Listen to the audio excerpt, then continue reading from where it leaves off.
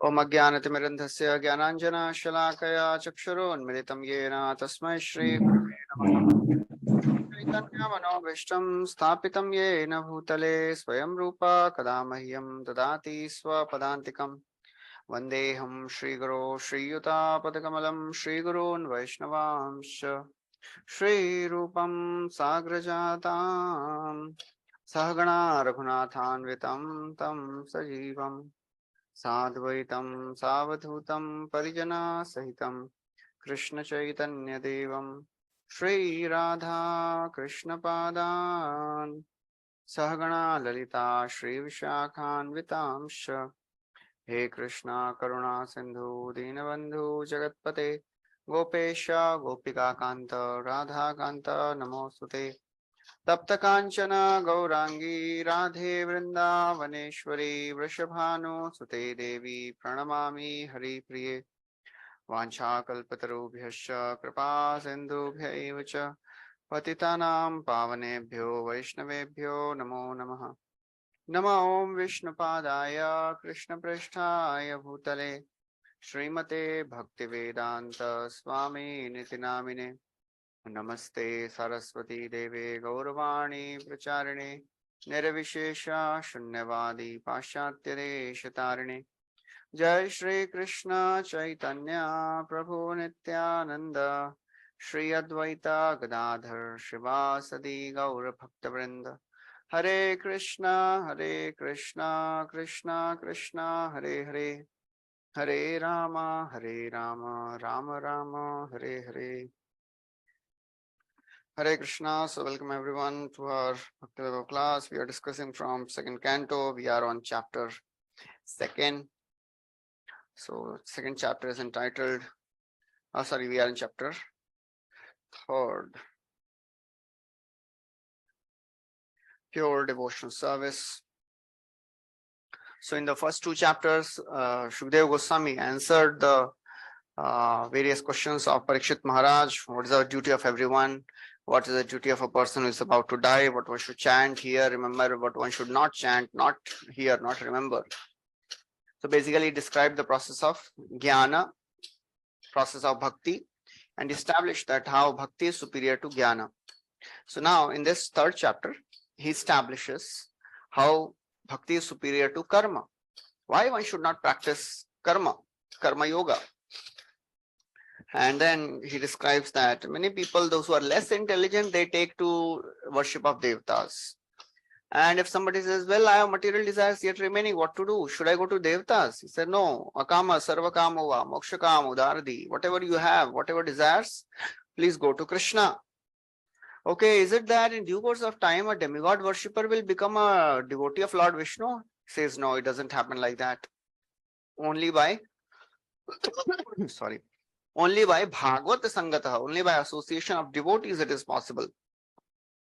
Etamani vayatam iha nishraya sayodayaha bhagavatyachalo bhavo yad Bhagavata Sangataha. Only by association of devotees one can develop devotional service.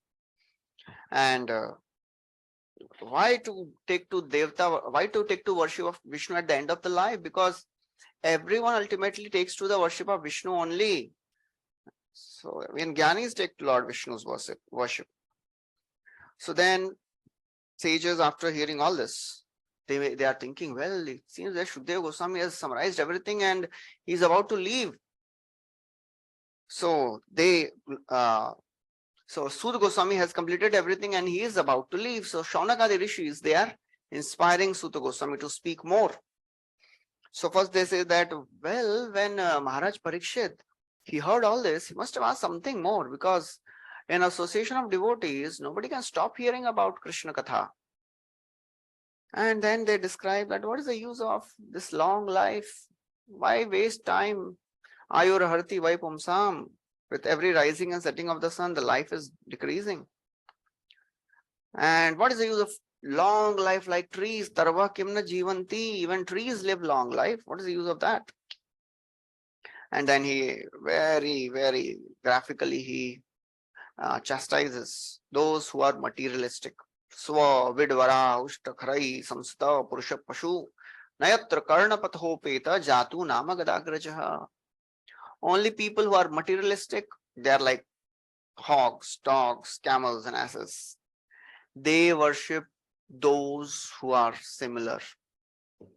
So generally, after describing the quality of materialistic person in general, now from 20 verse onwards, he describes limb by limb a materialistic person. So we are on verse number 20. So we'll continue from verse number 20. Bile batoru krama vikramanye na shanvata karna putena rasya jihva satidar durikeva suta Satida durikeva sutta nacho pagayatyurgaya gatha. Durgaya Gatha. One who has not listened to the messages about the prowess and marvelous acts of the personality of Godhead, and has not sung or chanted loudly the worthy songs about the Lord, is to be considered to possess ear holes like the holes of snakes, and a tongue like the tongue of a frog. Jihva asati, the tongue becomes unchaste if it is not used in glorification of the Lord. Because only a person who is like an animal, he will not develop attraction for the Lord. Ashesha shanklesh shamam vidatte gunanuvada shravanam murare kyamava punastak charanaravindha paraga seva ratiratma labdha. Just by hearing the glories of the Lord, ashesha shanklesh shamam, unlimited miseries, they get destroyed. Gunanuvada shravanam, just by hearing the glories of the Lord.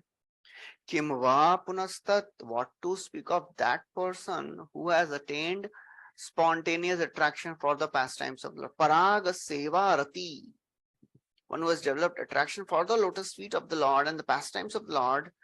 There is no end to the fortune of that person, because only people who are like materialistic, who are animals, they will not take shelter of the Lord's pastimes. So Prabhupada in the purport he describes devotional service to the Lord is rendered by all limbs and part of the body. It is a transcendental dynamic force of the spirit soul. Therefore, a devotee is engaged 100% in the service of the Lord. One can engage in devotional service when the senses are purified in relation with the Lord, and one can render service to the Lord with the help of all the senses. And the service to the Lord begins with service, engaging the tongue in the service of the Lord. Which verse says this? The service to the Lord begins with, we should start with engaging our tongue in service of the Lord. Ata Shri Krishna Namadi na bhaved graham. Sevon mukhehi jihva adau. In the beginning, we have to engage our tongue. That is how the service begins. And as we engage the senses, they become purified. So that's what Prabhupada is writing here. Purified senses are engaged not in sense gratification, but in the service of the Lord in toto.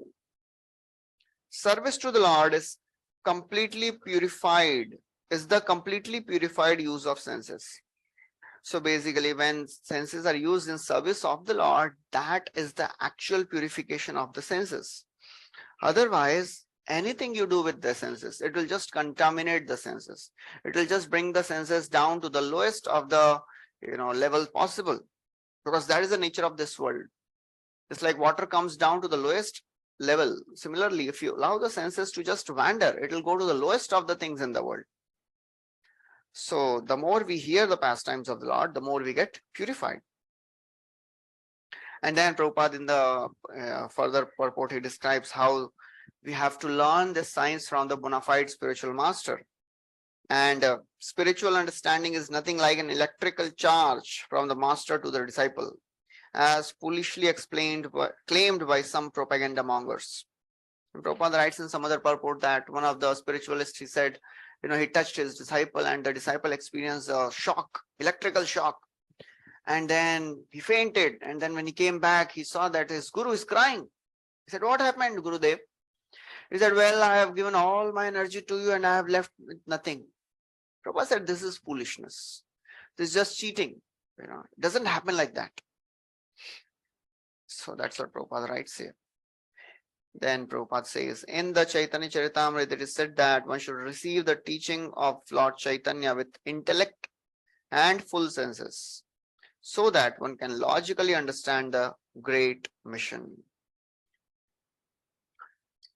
Okay, so that's how we have to understand. Then next paragraph, Prabhupada describes how if the ears are not used in service of the Lord, hearing the pastimes and the message of Bhagavad Gita and Bhagavatam, it is like a ear holes where snakes live, and Prabhupada elaborates on that. And then Prabhupada also says about how frog loudly croaks and invites the snake, and the snake comes and eats the frog. Similarly, people in the world, when they are not hearing the pastimes of the Lord, what are they doing? They are just allowing the snake of death to come and devour them. The time factor, Kala Sarpa, is coming closer and closer. But people are so foolish, they don't take shelter of the eternal nectar of the holy names of the Lord and the pastimes of the Lord. Asharyam etadhi manushya loke sudham parityajya visham pibanti namani narayana gocharani tyaktvanyevacha kuhaka pathanti. So astonishing, people are giving up nectar and drinking poison. Then he describes the next thing. Bharam param patta kirita jushtam Pyuttamangam nanamen mukundam Shavo karono kurute saparyam Are lasat kanchana kankano va The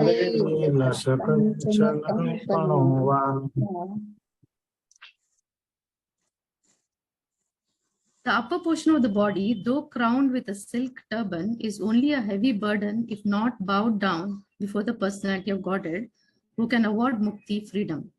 And the hands, though decorated with glittering bangles, are like those of a dead man if not engaged in the service of the personality of Godhead Hari. So now the upper head of the upper part of the body, the head, even if it is kirita jushtam, even if it is crowned with helmet or a very good turban, heavy turban, it is like a burden. Bharam, it is the bhara. Api uttamangam nanamen, if the head doesn't bow down, it is like a burden on the body. Shavau karau, and the hands which are not used to serve the Lord, although decorated with lasat kanchana kankanova, even if it is decorated with glittering bangles made up of gold, it is like the hands of a dead body. It is of no use. So very, very strongly, all the sages are describing the futility of material life. Whatever endeavor, whatever achievement we may do in this life, we may achieve in this life, if it is not used in service of the Lord, it is all waste. It is all shrama eva hi kevalam. Prabhupada writes, there are three kinds of devotees. First class devotee does not at all see anyone who is not in service of the Lord. Second class makes distinctions. And the third class, Prabhupada doesn't write about that immediately. Second class devotees are meant for preaching work. They must loudly preach the glories of the Lord. What are the four activities of a second class devotee or a madhyam adhikari? Anyone knows the four activities, four types of feelings? Prema, Maitri, Kripa, Upeksha, Yah Karoti, Samadhyama. Ishvare tad adhineshu balisheshu dvishatsucha prema maitri kripa upeksha yah karoti samadhyama. He shows mercy, he is compassionate. And to preach, a devotee, a Uttam Adhikari, has to come to the level of Madhyam. Because Uttam Adhikari sees everybody as a part and parcel of the Lord. He sees Krishna in everyone's heart. And he doesn't even feel the need of preaching. But second class devotee makes distinctions. That's what Prabhupada also writes. But the common man who is expected to become at least a third class devotee is advised herein to visit the temple and bow down before the deity. So basically, why Prabhupada is writing all that? He's saying that even a third class devotee, even a Kanishta Adhikari also bows down in front of the deity. So if a person does not even bow down, he is lower than the third class devotee. He is, very, very low class person. And then Prabhupada says, Lord is the Lord of everyone, including the great kings and emperors and men who are rich in the estimation of mundane people, must therefore make it a point to visit the temple of the Lord and bow down. So that, we don't glide down to the lowest of the species of life. And then Prabhupada writes how the deities can be made in any of the elements. And deity of the Lord is there to show mercy to the fallen conditioned souls. But, person who is like a common man who is so puffed up with his material position, he thinks, I don't need to bow down in front of anyone. I am a self-made man. People say like that, I am a self-made man. I don't even go to temple. I don't beg even Lord. Everything, whatever I have acquired by my own strength. Prabhupada writes, they all must know that whatever endeavor, whatever achievement they have, it is like a burden. It is like a heavy crown on a drowning man. A drowning man with a heavy weight on his head is sure to go down more swiftly than those who have no heavy weight. So therefore, Prabhupada writes, all these foolish people, they deny God, all these scientists, they are denying God and they are thinking that, oh, we are doing so much of advancement. But Prabhupada writes, when he is in the grip of God's law and is caught by some disease like cerebral thrombosis, that godless man sinks into the ocean of nescience by the weight of his material acquisition. Advancement of material science without God consciousness is a heavy load on the head of human society. So one must take heed of this great warning. So that's how, we have to understand. And Prabhupada then quotes Pratap Maharaj. He was such a great king. He was a very powerful king of Odisha, but he was humbly taking a broom in his hand and he was sweeping in front of the Lord Jagannath and he was begging for the mercy of Lord Chaitanya. And when Lord Chaitanya said, oh, he's a Vishayi, I don't want to see even the face of a Vishayi. So Pratap Rudra Maharaj says, Yadi Mahaprabhurna Pai Kripadhan Kripa Rajya Ki Badeha Sabo Akaran. So he was such a great devotee. He said, oh, if I don't get mercy of Lord, what is the use of this kingdom? What is the use of this wealth? What is the use of this body? It is all waste. But better let me die rather than living such a useless life. So that is how actually the mood of a humble person. He acknowledges. To be grateful for whatever we have received is a very, very important aspect of Krishna consciousness. So if somebody says, well, I have received whatever I have by my own strength, by my own endeavor, it is like a very, very ungrateful person, because nothing happens in this world without the will of the Lord. So Prabhupada writes, the idea is that however important a one may be, he must accept the supremacy of the Supreme Lord. This God consciousness will help a man even in the material prosperity. So that's how. If somebody is not acknowledging the Lord's mercy, Lord's sanction, and Lord's gratefulness to him, gratefulness to Lord, then he is just paving his way to hell. Because unless one doesn't recognize that everything he has is given by the Lord, he is just becoming more and more proud. And a proud man, an intoxicated man, is bound to commit sinful activities. And then in the end, Prabhupada writes an interesting thing.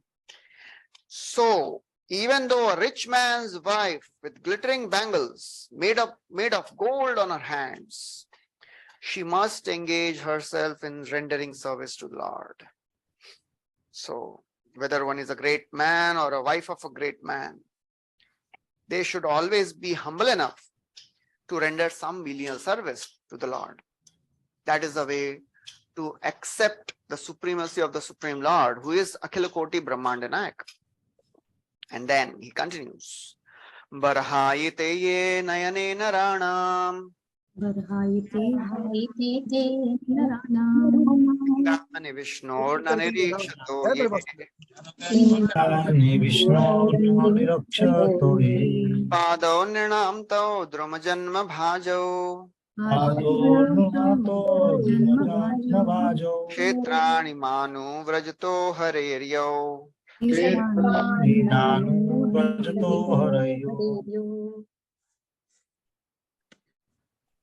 The eyes which do not look at the symbolic representation of the personality of Godhead Vishnu, his forms, name, quality, etc., are like those printed on the plumes of the peacock. And the legs which do not move to the holy places where the Lord is remembered are considered to be like tree trunks. Barhaite ye, Barha means peacock feather, plumes of a peacock. The eyes which are there in the plumes of the peacock, our eyes are compared to that, those eyes if we don't use our eyes to take darshan of the beautiful deities of the Lord. Lingani Vishnu, Vishnu or Linga means the deities of the Lord. Lingani Vishnu na nirikshato ye, nirikshana, nirikshana means very, in a detailed way, we should take darshan of the Lord. Nirikshan, nirikshan means very, very detailed darshan of the Lord. And then Padau Nirnam Tau. Padau means if the legs are not used to go to the holy places of the Lord, they are like the tree trunks. Because the trees cannot move. They are situated at one place. Sthavara. So if the legs are not going to the holy places, and if they are just used to go to various places of this world, they are like compared trees to tree trunks. Because the actual purpose of the leg is to go to the dham. That is one of the 5 most important limbs. Mathuravasa, Sadhu Sangha, Nam Kirtan, Bhagavat Shravan, Mathuravasa, Shri Murti Shraddhaya Sevan. So therefore, we have to take shelter of the Lord. And what to do at the holy place? Generally, when people, they go to holy places, what they do? They take darshan of the Lord, they take bath in the holy river, and then they come back, take some prasad and then come back. That is not the purpose of the holy place darshan. What does Bhagavatam compare such people with? Who just go and take darshan of the Lord and take bath in the holy rivers? Cows and asses. Cows and asses, how does it start? Yasyatma buddhi kurunape tridhatuke swadhi kalatradishu bhauma ijyati yatirtha buddhi salile na karehichit janeshu abhigyeshu saeva gokharaha. So therefore, we have to use the legs to go to the holy places, and at the holy places, there are 3 types of activities which should be done. Sensory perception, textual description, and devotional contemplation. First is sensory perception. We have to take darshan of the Lord, of course. That is the primary motivation. Take darshan of the holy places, the pastime places of the Lord. That is not enough. Textual description, we have to hear the pastimes which has happened in those places from the devotees. And third, devotional contemplation. We have to pray to the Lord so that we can imbibe the mood of the great devotees. We can actually see the dham, because we cannot see the dham with our eyes. We can see dham with our ears. That is how ears are very, very important. Tvam bhakti yoga paribhavitarit saroja ase shrute ikshita patho nanunatha pumsam shruta ikshita. We have to see the dham through the ears. So in the purport, Prabhupada describes the importance of deity worship, especially for the householders. The path of deity worship is strongly recommended. Every householder must install the deity of Vishnu forms and worship according to the regulations. And then Prabhupada says, any member of the family who is above 12 years should be initiated by a bona fide spiritual master. And all the members of the household should be engaged in daily worship beginning from 4 a.m. till 10 p.m. Prabhupada has, given strict, very, very high standards. And kya karna hai, wo sab diye hain. Mangal Aarti, Niranjan, Archan, Puja, Kirtan, Shringar, Bhoga, Vaikali. Actually, Prabhupada is giving temple standards here for householders also. But anyways, depends on whatever capacity we have, we should try to implement. It is not a strict hard and fast rule. But the basic principle, we should know that deity worship is the most important part, because for a neophyte sadhaka, and for that matter, everybody should always feel himself or herself to be a neophyte devotee. Deity worship is the most important and the easiest way to connect to the Lord. Prabhupada writes, engagement in such worship of the deity will greatly help, under the direction of a spiritual master, will greatly help the householders to purify their very existence and make rapid progress in spiritual knowledge. Simple theoretical book knowledge is not sufficient. So just like we heard in the previous chapters, Shukadeva Goswami gives three things. Tasmat Bharat Sarvatma Bhagwan Ishvaro Hari Shrotavya Kirtitavyascha Smartavyascha Ichchata Abhayam. Oh, these are three things. Which is the best of them? Etan nirvidyamananam ichchatam ukuto bhayam yoginam nipraninitam harer nam anukirtanam.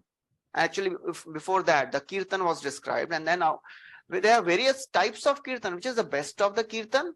Nama kirtan. So if chanting is sufficient, then why this Pancharatra Vidhi? Pancharatra Vidhi means deity worship. Because we are not yet ready for completely engaging in Bhagavat Vidhi 24 hours a day. As we know the story that Akinchan Krishnadas Babaji was just chanting all day, all night. Devotees would, rarely see him sleeping. He would be chanting whole day, whole night, and everybody in Vrindavan knew that he is such a great Paramhamsa. And one time, few devotees, they complained to Saraswati Thakur that Prabhupada, Akinchan Krishnadas Babaji is not doing any service, he's just chanting whole day. So Saraswati Thakur said, well, do you think that whatever he is doing is ordinary thing? Can anyone do it? Okay, put a advertisement in the newspaper. What is the job description? 18 hours a day you have to just sit at one place, or even not even sit, just chant 18 hours a day, and then we'll give you prasad and accommodation free. Nobody came for a month.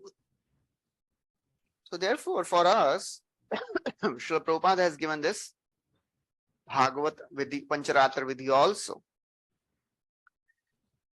Spiritual knowledge must be developed by a combination of theoretical and practical knowledge. And that is a guaranteed way for attainment of spiritual perfection. So one should do anything under the direction of a spiritual master. And then Prabhupada says one should not become a pseudo-spiritual master as a matter of business to meet one's family expenditures, because there are many gurus. They just want to make more and more disciples so that they can get more and more donations, and they live very lavishly. But that is not the duty of a spiritual master.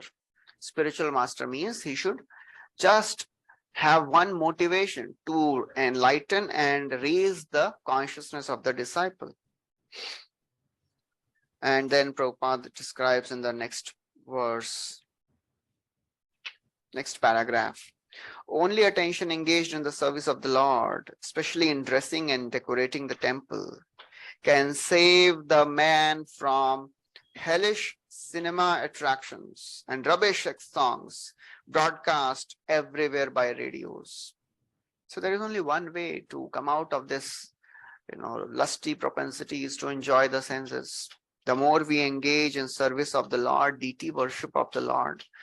Deity worship is a very quickest, very easy and very quick way to, become purified, because in one of the verses in the third canto, Kapiladev describes that Lord has manifested his beautiful eyebrows only for the purpose of showing mercy to devotees. Because now and then we get shot by the arrows of Cupid. But the eyebrows of the Lord, they are like a bow shaped. And when we take darshan of the eyebrows of the Lord, then the glance of the Lord acts like the arrows. And those arrows can destroy the arrows of lust. Ha samhare ravanata kilaloka tibra shoka shrusagara vishoshanamatyudaram sammohanaya rachitam nijmaya yasya bhrumandalam munikrite makaradhvajasya. Bhrumandalam, Lord has manifested his beautiful eyebrows only for the mercy, only for the welfare of devotees. And then Prabhupada writes, if one is unable to maintain a temple at home, he should go to another's temple where all the above performances are regularly executed. Prabhupada knew the importance of deity worship. So therefore, right there, when in the beginning of, ISKCON, when just few hippies had started coming, he installed Jagannath, Baldev, Subhadra. And we all know the first installation ceremony, how it was done. Prabhupada said, oh, just get some candles. And then, okay, just wave it around the deity. Kab tak karna hai, jab tak haan dukh nahi jaye, Then give it to somebody else. And that's how everybody should just keep on revolving this candle around the deity. And that is how deity installation is done. Because Prabhupada knew the power of deity worship. The more one engages in service to the Lord, the more one becomes purified. And that's what Prabhupada writes, that Mahaprabhu gave instructions to Shad Goswamis. Why?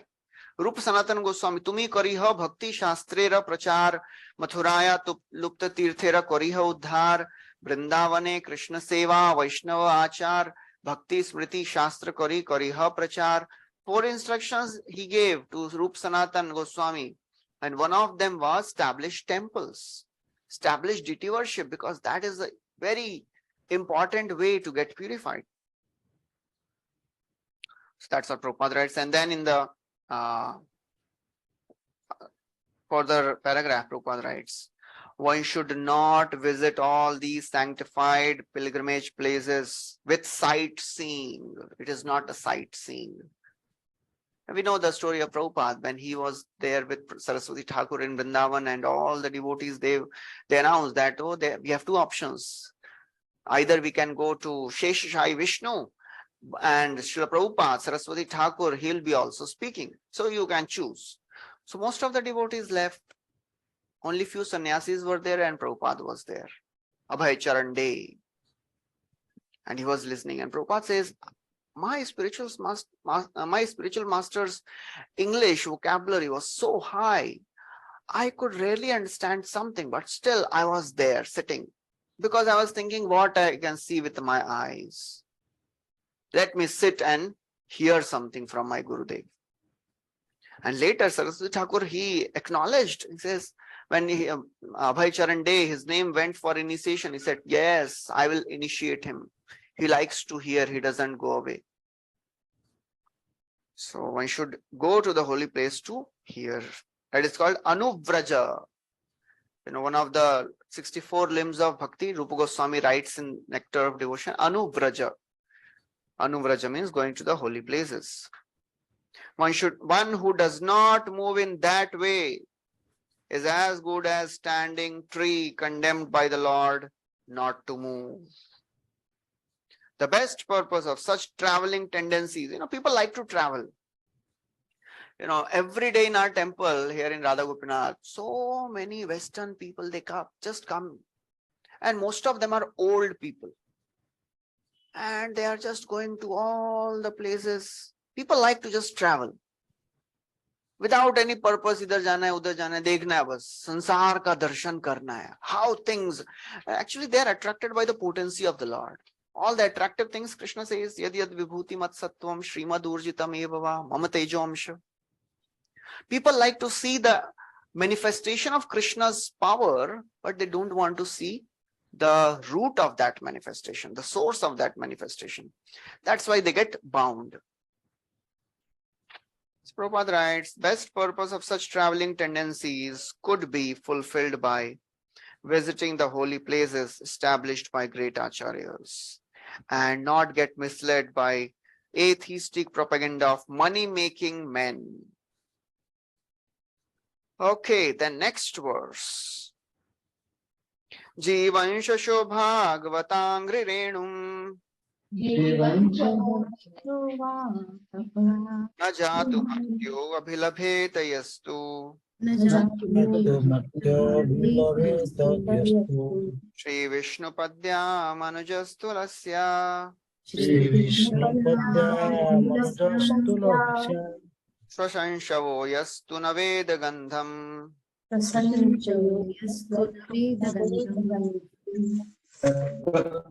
person who has not at any time received the dust of the feet of the Lord's pure devotee upon his head is certainly a dead body.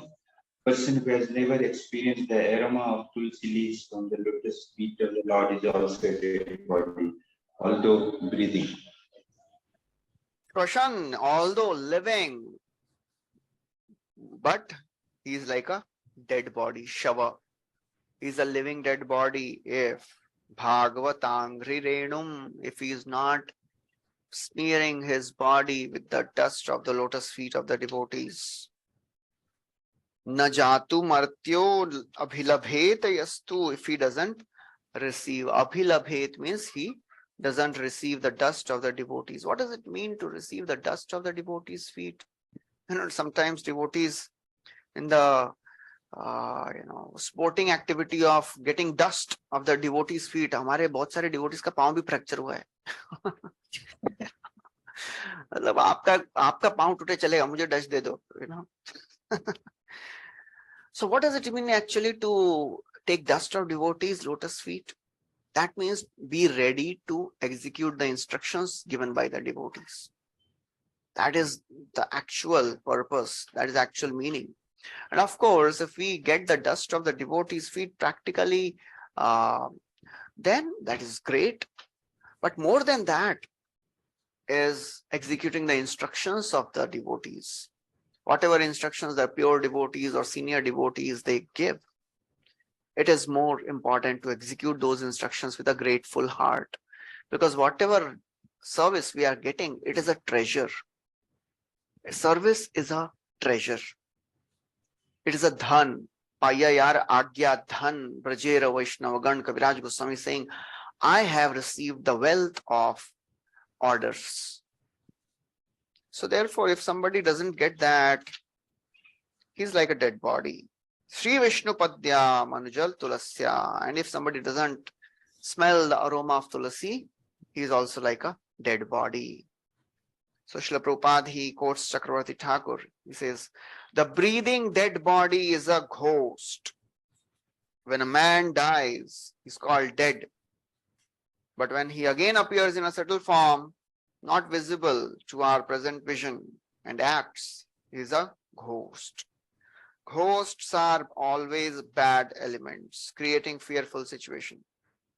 Similarly, the ghosts like non-devotees who have no respect for pure devotees, nor for Vishnu deity, create fearful situation for devotees. Lord never accepts any offering by such impure ghosts. Prabhupada says, love me, love my dog. That is a saying in the West. If you love me, first show your love to my dog. So if we want to love Krishna, then we have to first love devotees and respect devotees and serve devotees. Otherwise, Lord never accepts any offering, however big it may be. Krishna says, he's telling to Sudama that, oh, I don't accept even big offerings from non-devotees. But if my devotee gives little bit with love, I accept it as a big offering. Kinchit karoti kimupayanam manitam brahman me bhavata grihat anuapi uparitam bhaktai premna bhuryeva me bhavet bhuryapi bhakto paritam name toshaya kalpate. Krishna is telling to Sudama, please don't think I want big offerings. I am satisfied with small offering of love. If a non-devotee gives me big things, I'm not happy with that. So therefore, it is very important to have the dust of the feet of the devotees. The first condition of devotional service is therefore to be a servant of a pure devotee. And then Prabhupada quotes this verse from Rahugan. Rahugan is speaking to Jad Bharat and is inquiring from Jad Bharat. So Jad Bharat, he tells, the most important way to get mercy of the Lord is to take dust of devotees' lotus feet. Rahuganai tattapasana yati na che jaya nirvapanad grihadva na chandasanai vajala agni suryai vinam hatpad rajobhishekam. Unless one gets the dust of the feet of the devotees, he cannot attain liberation. Nor by tapasya, nor ijjaya, nor renunciation, nor by speaking eloquent poetry, nor by worshipping Indra, Chandra, whatever you do, it will not help you unless you take the devotee's lotus, the dust of the devotee's feet. That's why Chaitanya Mahaprabhu says, Gopi Bhartu Padakamalayo Das Das Das Anudas. And then Prabhupada says that therefore everyone in Vrindavan, he becomes servant of Srimati Radharani, begs for the mercy of Srimati Radharani. Mercy of Radharani is available very readily to sincere devotee, and once she recommends such a devotee to Krishna, the Lord at once accepts the devotee's admittance. So when Radharani says Krishna has to accept, he has no option left. When the home minister says something, accept karna hi padta hai na. We have to accept it.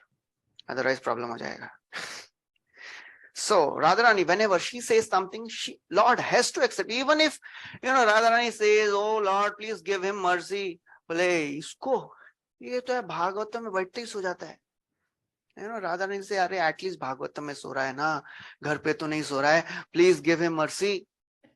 So that's how, that is the mother. Mother sees, मतलब कितना भी नालायक बेटा होगा फिर भी माँ को लगता है मेरा बेटा सबसे अच्छा है. As they are saying, आंख के अंधे और नाम नयन सुख.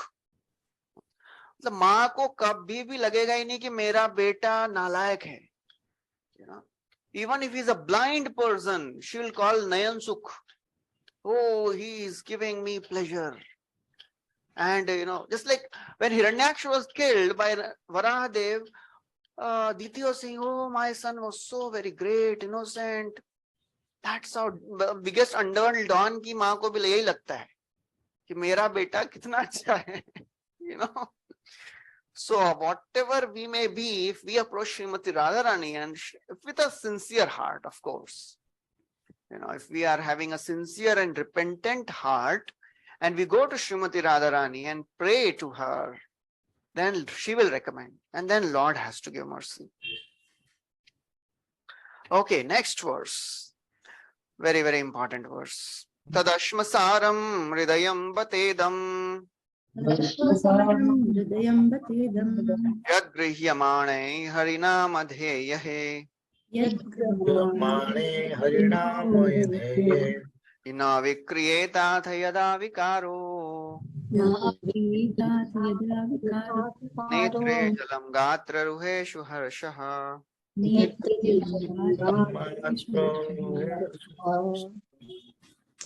Certainly, that heart is steel framed, which, in spite of one chanting the holy name of the Lord with concentration, does not change when ecstasy takes place.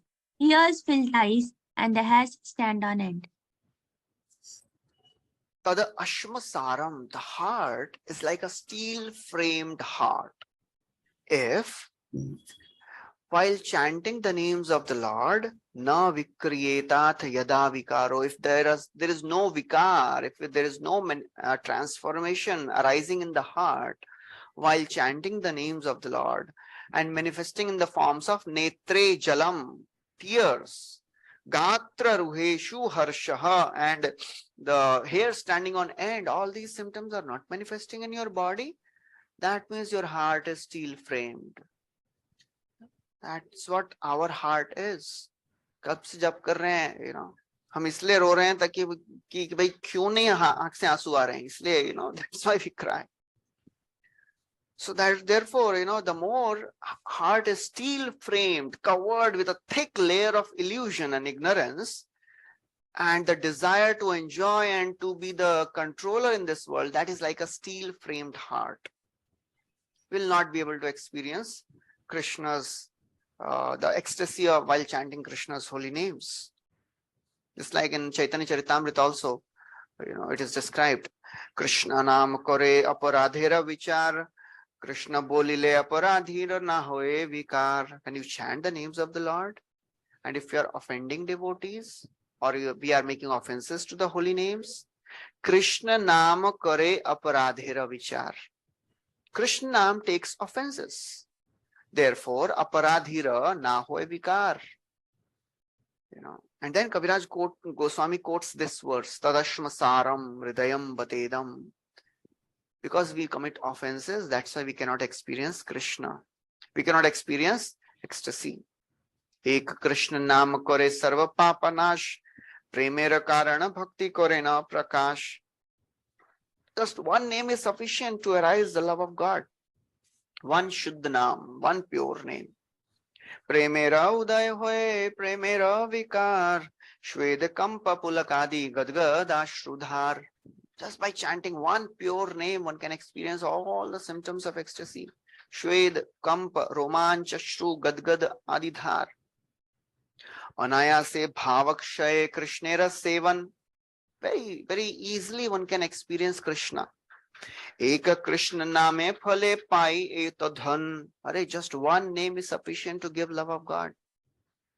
But he na Krishna naam ladi laye bahubar, tabu yadi prem nahe nahe vashru ashrudhar. If we are chanting for many, many years, but still there is no love, there is no tears. Tabu yadi prem nahe nahe ashrudhar, tabo jani तबे जानी अपराध तहाते प्रचुर. बहुत अपराध किए हैं, समझ लेना चाहिए. तबे जानी अपराध तहाते प्रचुर, कृष्ण नाम बीज ताहे ना करे अंकुर. The heart has become hard, desert like heart. कहाँ पे उगेगा कुछ? No, nothing will grow there. The Krishna नाम बीज, the Bhakti Lata बीज will not grow there because the heart has become very hard. But our hope is Chaitanya Mahaprabhu. Chaitanya Nityanande name nahi ai sab vichar, namalaite prem den bahe ashrudhar. That is the mercy of Lord Chaitanya. He is okay, at least he is desiring to chant sincerely. He shows mercy and he gives, extra bonus. Okay, by chanting, please keep chanting. Over a period of time, you will also experience. So Prabhupada, now in this purport, he is giving a synopsis of what is happening in the first 3 chapters of the second canto. We should note with profit that in the first 3 chapters of second canto, a gradual process of development of devotional service is presented. First chapter, the first step. What was the first step? Shrotavya, Kirtitavya, Smartavya. That was emphasized. That was the first chapter. And in this way, the gross conception, the Virat Roop was described. By such a gross conception of God, one is enabled to spiritualize the mind. Slowly, slowly, from a gross conception of Virata Rupa, one can make the mind and the senses spiritual. And then gradually one is recommended to worship the 5 prominent deities, that is called as Pancha Upasana. So Pancha Upasana recommending 5 mental attitudes. So this is enacted for this purpose. Same, namely, gradual development, worship of the superior that may be in the form of fire, electricity, sun, mass of living beings, Lord Shiva, and at last Vishnu. So, first chapter, Shravanam Kirtanam, and some conception of the Lord in the form of Virat Rupa worship. And then second chapter, in more detail, the Pancha Upasana, the process of Jnana Marg was described, which is followed by impersonal Jnanis. And now in the third chapter, one has actually reached the stage of Vishnu worship. So that is how gradually Shukdev Goswami is taking the discussion from lowest of the levels where no conception of the spiritual form, then to Pancha Upasana by Jnanis, and now in this chapter, the process of devotional service is described. The whole process of spiritual culture is aimed at changing the heart of the living being in the matter of his eternal relationship with the Supreme Lord. That is actually that is the purpose of the whole material existence, to make a shift from enjoying senses to giving enjoyment to the senses of the Lord. And that is the biggest shift a living entity has to make. Atmendriya Priti Vancha to Krishnendriya Priti Ichha. That is the greatest shift. And for that, we have endeavored, for many, many millions of lifetimes, maybe. And now we have come to this understanding that, okay, now I have tried everything, oh my Lord. I have tried to enjoy my senses many, many millions of lifetimes. They have not given me peace, Shanti, Karuna, Trapa. Now, in this lifetime, by your mercy, I have left their service. And I have come to your shelter. Kamadinam katina katidha palita duranidesha tesham jata maina karuna natrapa nopashanti usrijya etanatha yadupate sampratam labda buddhi tvamayatah sharanam abhayam mam nyongshvatmadasye. That is the greatest shift. Give up the service to senses and anarthas and serve the Lord. The whole process of spiritual culture is aimed at changing the heart. That is the entire purpose. Then Prabhupada continues that with the progress of devotional service, the reaction of change in the heart is exhibited by gradual detachment. The more we advance, the more we become detached. Which verse says this? Detachment comes naturally. Many verses tell how detachment comes naturally when we start practicing devotional service. Anyone? Vasudeve Bhagavati Bhakti Yoga. Jnana Vairag. Janayati Ashu Vairagyam Jnanam Chayat Ahetukam. Gyan and Vairagya comes automatically. Bhakti, Paraisha Anubhav and Virakti comes automatically. If it is expected by all means that by discharging devotional service, one must manifest the change in heart. If there is no change, that means the heart is steel frame. That means we are committing offenses. So we have to be always careful. If we are still not experiencing any transformation, if still there is no taste for devotional service, still we are just having this thought, should I chant or not? Should I render devotional service more or bas itna bahut hai? We are still at that level. That means there is some problem somewhere. Somewhere we are offending deities, devotees, or we are not careful in the process of bhakti. We are not eager. So we have to be always introspective. A devotee should be introspective. We are not just there to, be there. हाँ भाई ठीक है, चल रहे हैं, बहती गंगा में बह रहे हैं. No, that is great. We are there in association of devotees, but we have to be independently introspective about our advancement. Are we advancing? Am I developing taste? Am I developing eagerness? Although taste is a very big thing. Am I developing desire to develop that taste? How eager am I to develop that desire? To develop that taste. So that is all we have to keep on checking. Then next paragraph, Prabhupada writes, if the reaction does not take place even after continuous hearing and chanting, it may be considered to be due to offenses only. That is the opinion of Sandarbha. Jiva Goswami has written Shat Sandarbhas. So in one of that, he describes that if somebody does a little bit of offense, his ecstasy goes down, even if it is he's at the level of bhava or prem. The bhava or prem becomes bhava abhas. And if the offense is really, little more, then he glides down to the lower levels. And if offense is really serious, he cannot chant. And he gives some numbers also, 10,000 offenses or something. I don't remember the exact details. So that's how he gives the gradation.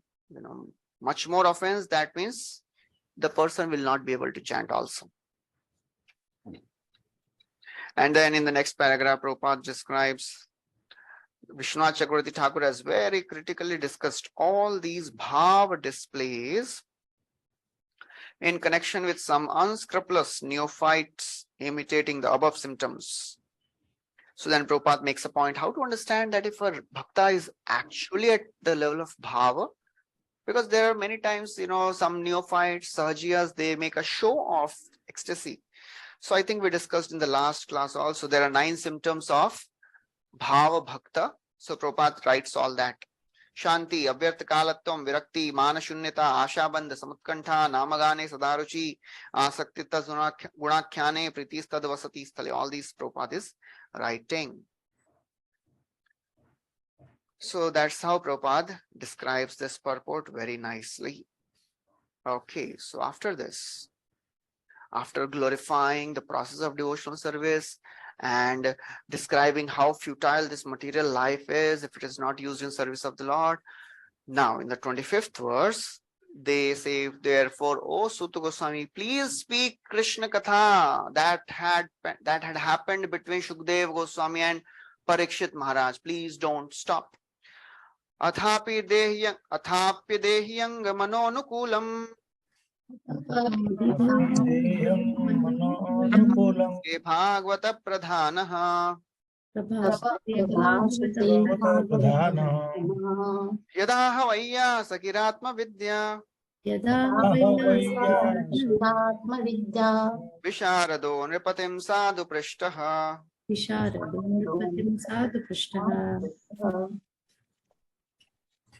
Also pleasing to our mind. Please therefore explain this to us as it was spoken by the great devotee Sukadeva Goswami, who is very expert in transcendental knowledge and who spoke to Maharaj Parikshit upon being asked. So therefore now after describing so many things, he says, therefore please speak, O Shukdev Suta Goswami. Please don't stop. We are eager to hear more. We are not yet satisfied. And that is the end of the 3rd chapter. So the 4th chapter onwards, the creation starts, the creation pastimes of the Lord. So Suta Goswami now, he continues the conversation which happened between Parikshit Maharaj and Suta Goswami, Shukdev Goswami. So Parikshit Maharaj, he concentrates his mind on Krishna after hearing from Shukdev Goswami. Suta Uvacha Vayyasakeriti Vachas Tattvanishchayamatmanaha Upadharya Matim Krishne Auttareya Satim Vyadhat. Suta Goswami said, Maharaj Parikshit, the son of Uttara, after hearing the speeches of Shukadeva Goswami, which were all about the truth of the self, applied his concentration faithfully upon Lord Krishna. So Vaiyasaki iti vachaha. So after hearing the speeches of Shukadeva Goswami, Vaiyasaki means Shukadeva Goswami, Tattva Nishchayam Atmanaha. These words were all about the truth of the self. Tattva Nishchaya, truth of the self, Atma. Upadharya Matim Krishne, he applied his concentration on unto Krishna. Auttareyaha Satim Vyadhat. Auttareya means son of Uttara. So Parikshit Maharaj, he was chaste to the descriptions of Krishna. That is a very important word. Satim, chaste. Prabhupada also emphasizes on this word. Sati means is very significant. It means existing or chaste. Both imports are perfectly applicable in the case of Parikshit. The whole Vedic literature is to draw, whole Vedic adventure is to draw one's attention to the lotus feet of Krishna without any diversion. Vedesha Sarvair Aham Eva Vedyo. And then Prabhupada writes that how Parikshit Maharaj from the beginning of his life, he was attached to Krishna. His mind was attached to Krishna. He was a chaste devotee of Krishna. His ears were only engaged in service, hearing the pastimes of the Lord. Because, Shaunakadi Rishis, they say, they had told that Bile Batoru Krama Vikramanye. So Sud Goswami says Parikshit Maharaj was a great devotee who used his ears only to hear the pastimes of the Lord. And then Prabhupada writes in the next paragraph, to become a pure devotee of the Lord, two things are very much essential. Namely, having a chance to be born in the family of a devotee. And second, have the blessings of spiritual master, bona fide spiritual master. Parikshit Maharaj had both. He was born in a family of Krishna himself, Pandavas. And he was blessed by Shukadeva Goswami. So that's how Parikshit Maharaj is chaste to Krishna. He's a chaste devotee. And that chastity is shown at 2 points of his life. At the beginning of his life, at the end of his life. He saw Krishna in the womb of his mother, and when he came out, he was only searching for Krishna. Parikshitaha. That's why his name was Parikshita. And therefore, at the end of life now, when he's cursed, he is focusing his mind on Krishna. And throughout the life also, he did the same thing. That's why the sages, they asked Sud Goswami, please tell us the glorious birth, activities and death of Parikshit. Tasya janma mahascharyam karmani cha granihinaha nidhanam cha yathaivasit. Please tell us the glorious birth, death and activities of Krishna. Upadharya matim Krishne. Prabhupada writes, by the grace of Lord Krishna, Maharaj Parikshit had both opportunities. In Chaitanya Charitamrita, it is said that a fortunate person achieves the mercy of the Lord, achieves devotional service by the mercy of the spiritual master and the Lord. Which verse?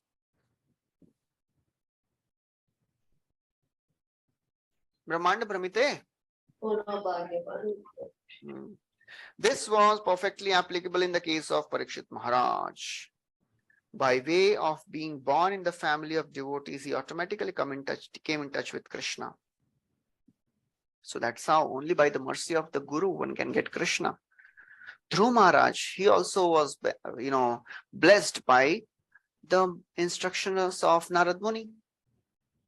And if the Lord sees that this person is really genuine, he sends his devotees. Because most of the people in the world, they want something cheap and they want to get cheated. So Lord sends somebody who cheats them. But if we are sincere enough, then the Lord will send a genuine spiritual master. And that's what Lord has done. He has sent Srila Prabhupada in our lives.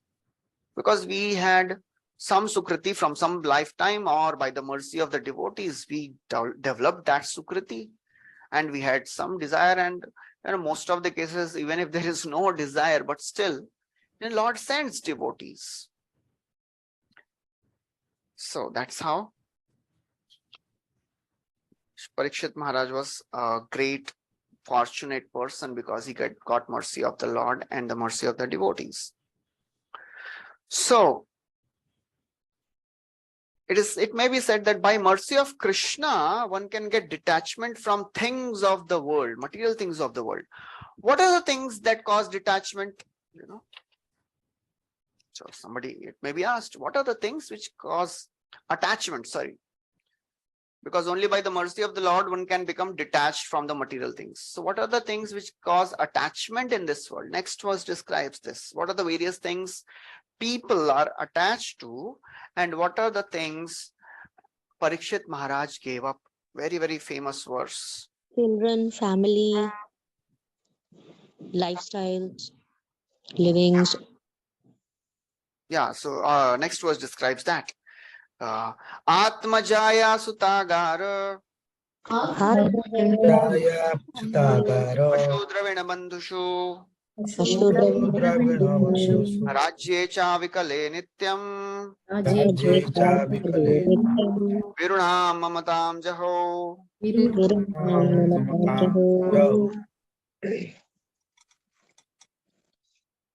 Maharaj Parikshit, as a result of his wholehearted attraction for Lord Krishna, was able to give up all deep-rooted affection for his personal body, his wife, his children, his palace, his animals like horses and elephants, his treasury house, his friends and relatives, and his undisputed kingdom. So Parikshit Maharaj, he had given up all the attachments to the things of the world. There are 8 things which cause attachment in this world. Starting with Atma, means body. Jaya, wife or husband. Suta, children. Agar, palace. Pashu, vehicles in today's times. Draven, treasury house. Bandhu, relatives. Rajya, property. All these things, they are the source of attachment. Viruham, they cause deep-rooted attachment, but Parikshit Maharaj gave it up all. He was not even attached to his own body. He didn't even go to Shamik Rishi to ask forgiveness. He didn't even counteract the curse of Shringi. No attachment. That is called as liberated being. No attachment. So Prabhupada writes, to become liberated means to become free from Dehatma Buddhi. Atma Buddhi. Deha Atma Buddhi. Somebody whose Buddhi is only in Deha and Atma, mind and body. So a person who is liberated, he has no attachment for anything related to the body. Dehatma Buddhi, the illusory attachment for personal bodily coverings and everything connected to the body. And Parikshit Maharaj had everything actually. We may not have everything of this. We may have a little bit of some, these things. Agar, Pashu, Dravin, Bandhu, Rajya. We may have little of that. Parikshit Maharaj had everything to the best of the capacity. He was the king of entire Bhumandal. Best of the chariots, best of the horses, best of the children, best of the wealth, everything best. He was at the peak of his youth. That was really bewildering for the sages, right? That's what they asked. How come Parikshit Maharaj gave up in the peak of his youth, he gave up everything. Aisa nahi ki abhi theek hai, boode ho gaye, anyways, we cannot enjoy, chalo de dete hain. No. Just like in the previous times, many people, they would come to our temple and they would give their old car, matlab chalne mein usko dhakka marna pad raha hai. ठीक है अभी कुछ काम करनी है तो चलो भाई मंदिर में दान दे देते हैं. Not like that. Parikshit Maharaj was at the peak of his youth. Why he gave up? Why he gave up everything and sat on the bank of Ganga? Because he was a liberated soul. He was akinchan in true sense. He had no possessive mentality. That is what Kunti Maharani says, Tvam akinchana gochara. Prabhupada writes, to maintain household affairs, one has to increase the bank balance and be careful about the treasury house. And in order to display the opulence, one has to keep good relations with his friends. Unless you show your wealth, how will you enjoy, right? But दिखाएंगे नहीं तो मजा कैसे आएगा? If you have nobody who is saying, "Arey, wow, wow, wow, you have so much," तब तक मजा नहीं आता, तब तक you don't get satisfaction. तब तक 10 लोग आके बोलेंगे नहीं, अरे वाह वाह कितना अच्छा आपने कार लिया है, कितना अच्छा बड़ा बंगला है, that doesn't give so much of satisfaction. So therefore, you need people, you need relatives to come and tell, अरे क्या अच्छा है आपका, कितना अच्छा भाग्य है, So that's how this is called material civilization of material attachment. Devotion for Lord Krishna means negation of all material attachments as described above. Then after a few lines, Prabhupada writes, last lines of the first paragraph, a devotee of the Lord never thinks of his household paraphernalia as his own, but surrenders everything for the service of the Lord. It's like many devotees, they write something, in care of, when they have some possessions, in care of. Actually, it is belonging to Krishna. Now I am just taking care of this thing. And Bhaktivinoda Thakur writes, Manas deho geho jo kichu moe arpilo tuapade nanda kishore. Gaane mein acha hai wo, but it is a very, very serious prayer. If Krishna takes it seriously, then बाद में we cannot say, अरे ऐसा कैसे सब ले लिया, बोले कृष्ण बोले आपने ही तो बोला मानस देव जो किच्छु मोए, अर्पिलो अर्पण कर दिया, then why are you worrying about it? That's how our acharyas, they trick us, they cheat us by saying all these things. Bhajan, they are already detached, और हम ही बोलते हैं चलो अच्छा है गाना, अच्छा है भजन, अच्छा है गा लेते हैं. But Krishna takes it seriously, And then we think, अरे इतना जल्दी कैसे, इतनी भी क्या जल्दी है, ठीक है वो तो हम गा रहे थे ऐसे ही, I was not meaning it, Anyways, so Prabhupada writes, attachment for household paraphernalia and for Lord Krishna go poorly together.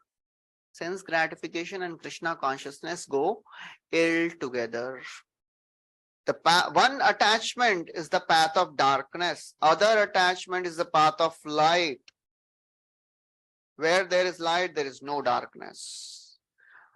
But an expert devotee can turn everything to the path of light by an attitude of service to the Lord. That is called as Yukta Vairagya. We are not against utilizing things, but we utilize everything in service of the Lord. In that way, we don't get attached. That way, we don't get bound. That is how a pure devotee is. And the best example here is the Pandavas. Maharaj Yudhishthir and householders like him can turn everything to light by dovetailing so-called material assets in the service of the Lord. Nirbandha Krishna Sambandha Yukta Vairagya Muchyate. So, Maharaj Yudhishthir, whatever he was doing only for one thing, to glorify Krishna. He performed Rajasuya Yagya only to glorify Krishna as the Supreme. Whatever he was doing. Pratap Rudra Maharaj, he was the king of the entire Odisha. But he was thinking, if I don't get mercy of the Lord, what is the use of this life? Tara pratigya more na karibe darshan, more pratigya tara vina chhadi bajivan. It seems that, Chaitanya Mahaprabhu, he is not going to give me darshan. Tara pratigya, it seems Mahaprabhu has taken a vow, he will not give me darshan, but I take a vow. If I don't get mercy of the Lord, I'll commit suicide. Yadi say Mahaprabhu na prai kripadhan. Kiba rajya kiba deha sabo akaran. It seems that Mahaprabhu has come with a vow. I will deliver everyone, but not Prataprudra Maharaj. That's what Prataprudra is thinking. So that is the mood of a devotee. He is always thinking of getting mercy of the Lord. And then Prabhupada quotes this Chaitanya Charitamrita verse. Guru Krishna Kripaya. Oh, sorry. Then Prabhupada writes, last few lines of the purport. To take Srimad Bhagvatam as a means of maintaining family expenditure is the grossest type of Nam Aparad. So one should not use Bhagvatam to make a living.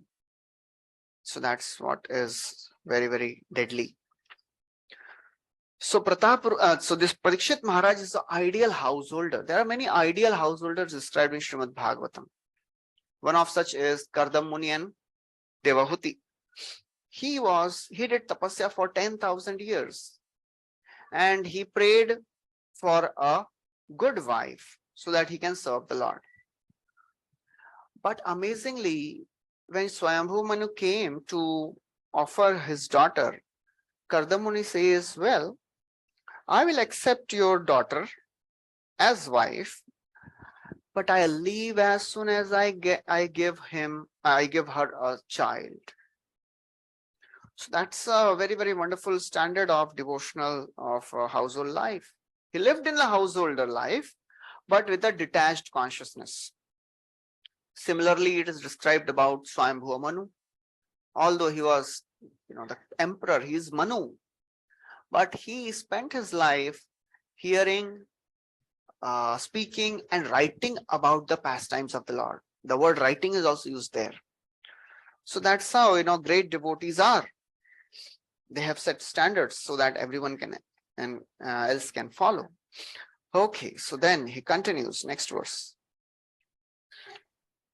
Paprachachemam evartham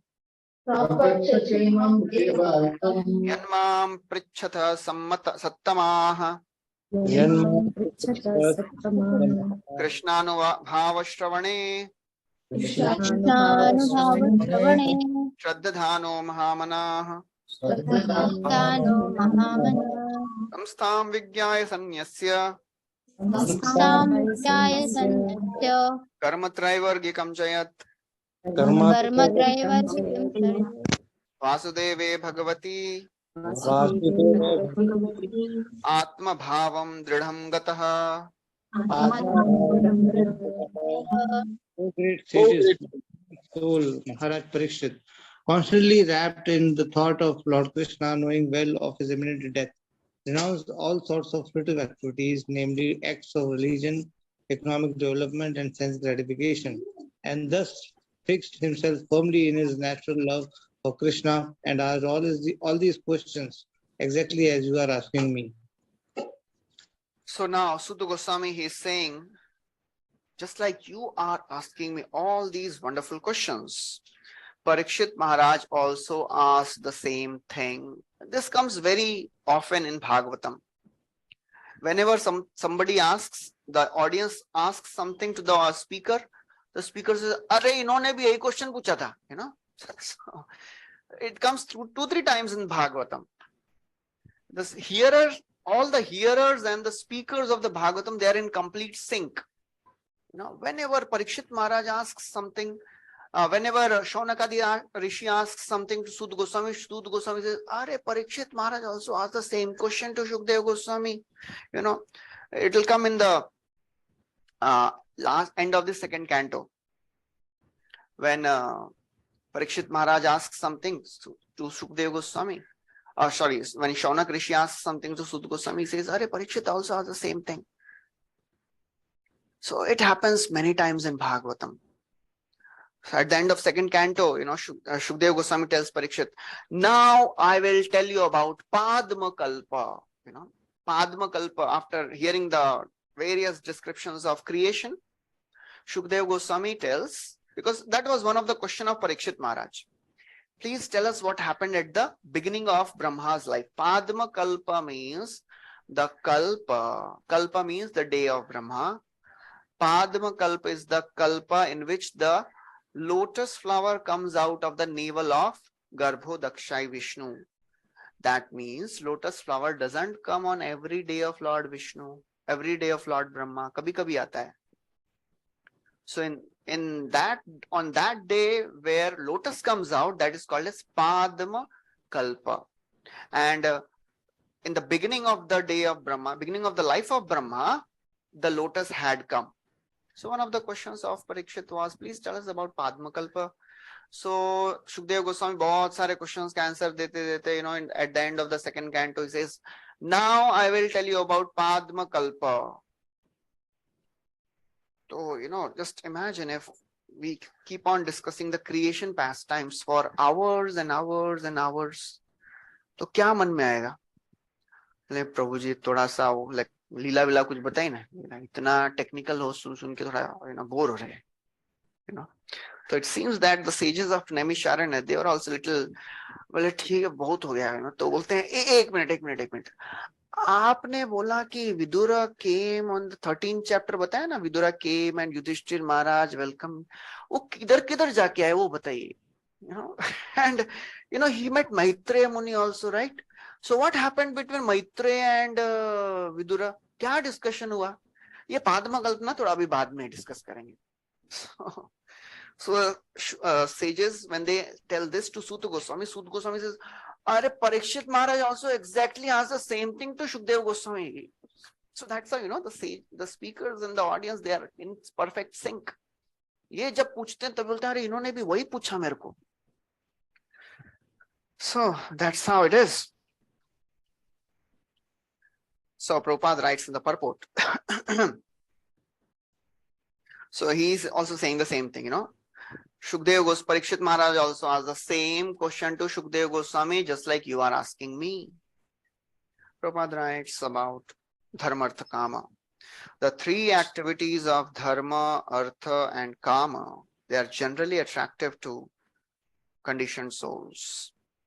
Such regulated activities are called Karma Kand, and householders are generally recommended to follow the rules just to enjoy material prosperity, both in this life and in the next.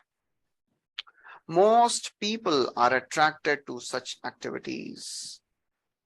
Even in the activities of their modern godless civilization, people are concerned with dharma, people are concerned with artha and kama without any dharma. So basically, Prabhupada is describing that people in the world, they are just interested in artha and kama, and if the dharma is helping them in artha and kama, they'll use dharma also. But nobody is interested in moksha. People of the world, they are generally interested in artha and kama. That was not the case of Parikshit with Parikshit Maharaj. He was not at all interested in artha and kama. He was just interested in devotional service. So Prabhupada writes in the purport that, the Gyanis or the empiric philosophers endeavoring for liberation are thousands of times better than fruitive workers. So basically those who are interested in dharma, artha, kama, they are karmis. But the Gyanis, they are interested in moksha. And Gyanis are many, many hundreds and thousands of times better than karmis.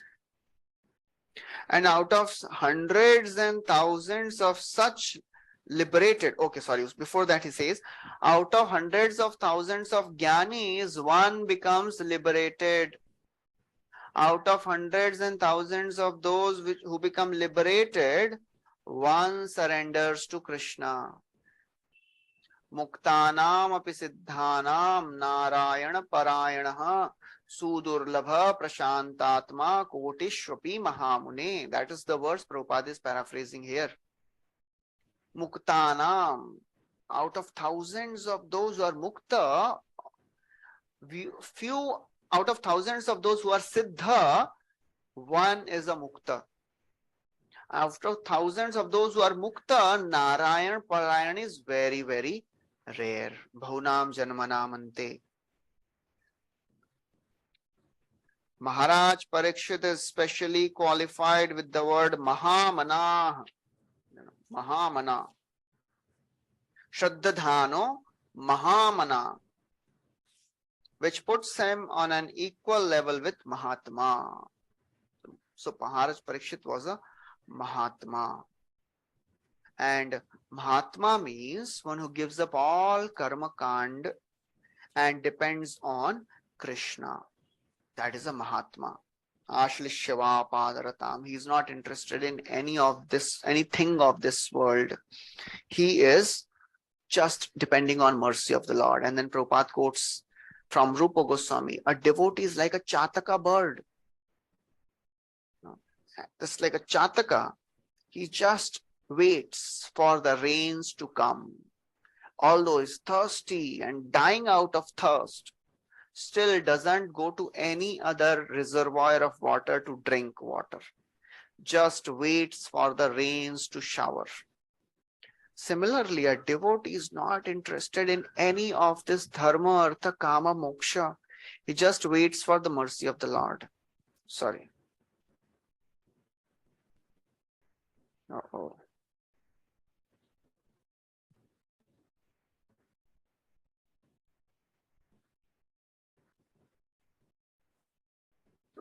Just waits for the mercy of the Lord. He is not interested in anything of this world. And Prabhupada then quotes from this Madhavendra Puri's prayer. Madhavendra Puri says that Sandhya Vandana Bhadramastu Bhavato. This is a very famous verse. Prabhupada would quote this many times. Sandhya Vandana Bhadramastu Bhavato Bhosnana Tubhyam Namo Bho Deva Pitaracchatarpana Vidho Naham Kshamyatam Yatra Kwapi Nishadrayadava Kulottamasya Kamsadvisha Smaram Magham Harami Tadalam Manye Ki Manye Name. So in this, Madhavendra Puri is saying, let there be all good fortune unto this Sandhya Vandan, but I am not interested in that. I don't want any of these materialistic rituals. I bid you goodbye, O demigods, O forefathers, please excuse me. I am unable to perform any more offerings for your pleasure. Now I have decided to free myself from the sins, from the reactions of sins, simply by remembering anywhere and everywhere the great descendant of Yadu, great enemy of Kamsa, Lord Krishna. So that's how a devotee doesn't depend on any other processes. He is not depending on any other karma or tapa or jnana or all the Vedic rituals. He is just depending on Krishna for everything. Because he knows that if Krishna is satisfied, what is the need of any other thing? And if Krishna wants, devotee gets whatever he wants by the practice of bhakti.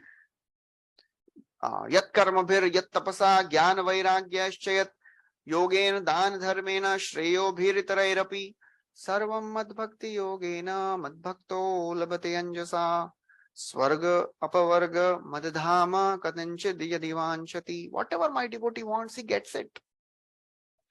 So a devotee is not interested in any other thing. And then Madhavendra Puri says, my friends, my relatives, they are accusing me. This is a very, very interesting and very, very, wonderful prayer which we can relate to. As we are practicing our devotional service, our relatives, they will criticize us. Sometimes they will tell, oh, what type of devotee are you? You are giving up your family responsibilities and you are doing all these things. What nonsense is this? You are not taking care of the family. You are not going to the family gatherings. And you are just doing all these nonsense things. And we feel that I am not able to experience Krishna, and on the other hand, I am getting chastisement from everyone in the society. So what is happening? So Madhavendra Puri says, let the sharp moralist accuse me of being illusioned. I do not mind. Experts in Vedic activities may slander me as being misled.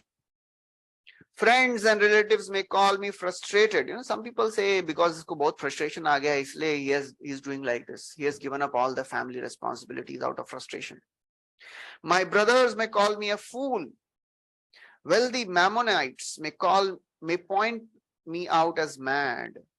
Learned philosophers may assert that I am much too proud. Some people say, hey, ye itna bada pad ke apne aap ko bahut pandit samajh raha hai. Just like all these relatives, friends, they keep on telling so many things. Still, my mind does not budge an inch from the determination to serve the Lord. Last line is very, very important. Though I am unable to do it, that is our condition many times. I am not able to remember Krishna. I am trying, and all these people, they are on the top of that criticizing me. But still, I'll not give up. Still, I'll continue practicing Krishna consciousness, although I'm not able to do it. That is a determination of a devotee. That is how a devotee never ever gives up his hope. Krishna bhakti kaile sarva karam krit hoy. That is called as asha bandha. That is called as determination. Prabhupada writes that is called as vyavasayatmika buddhi. Okay, so then Shukdev Goswami, Suta Goswami now describes what Parikshit asked Shukdev Goswami. Raja Uvacha Samichinam Vacho Brahman Sarvakyasya Tavanagha Tamo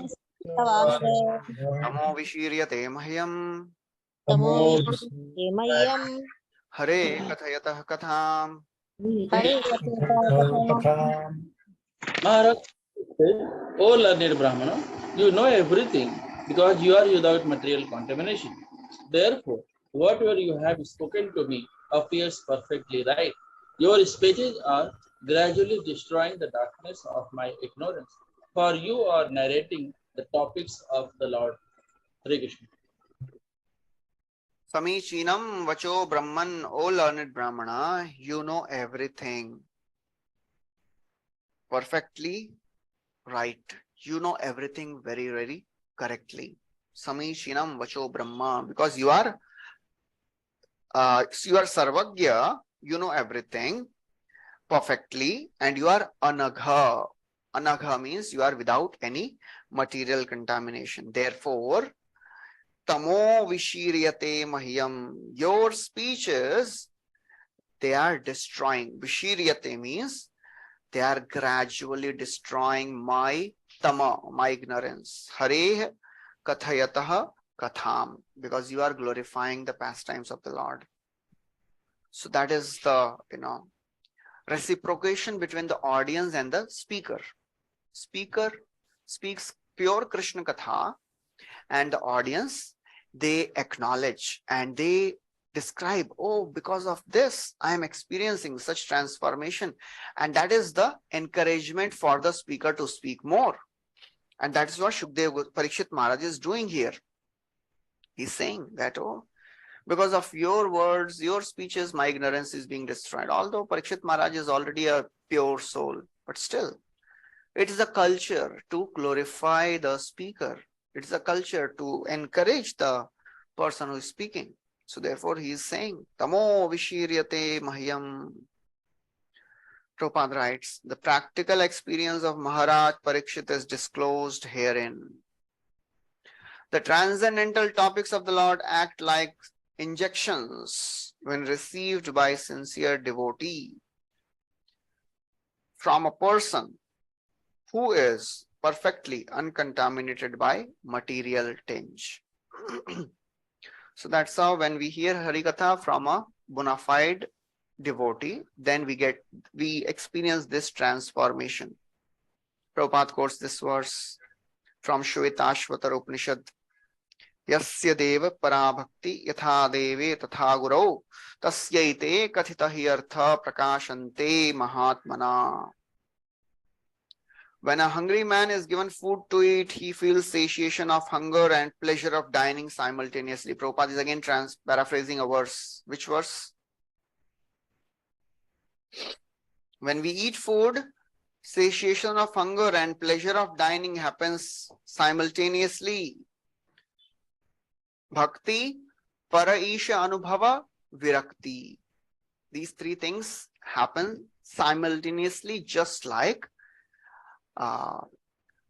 Bhakti paresha anubhavo virakti anyatra chaisha trika eka kalaha prapadyamanasya yatha ashnatasyu tushti pushti shut apayo anughasam. Tushti, one becomes satisfied. Pushti, one gets nourished. And shut apayo anughasam, and the hunger decreases with every morsel of food.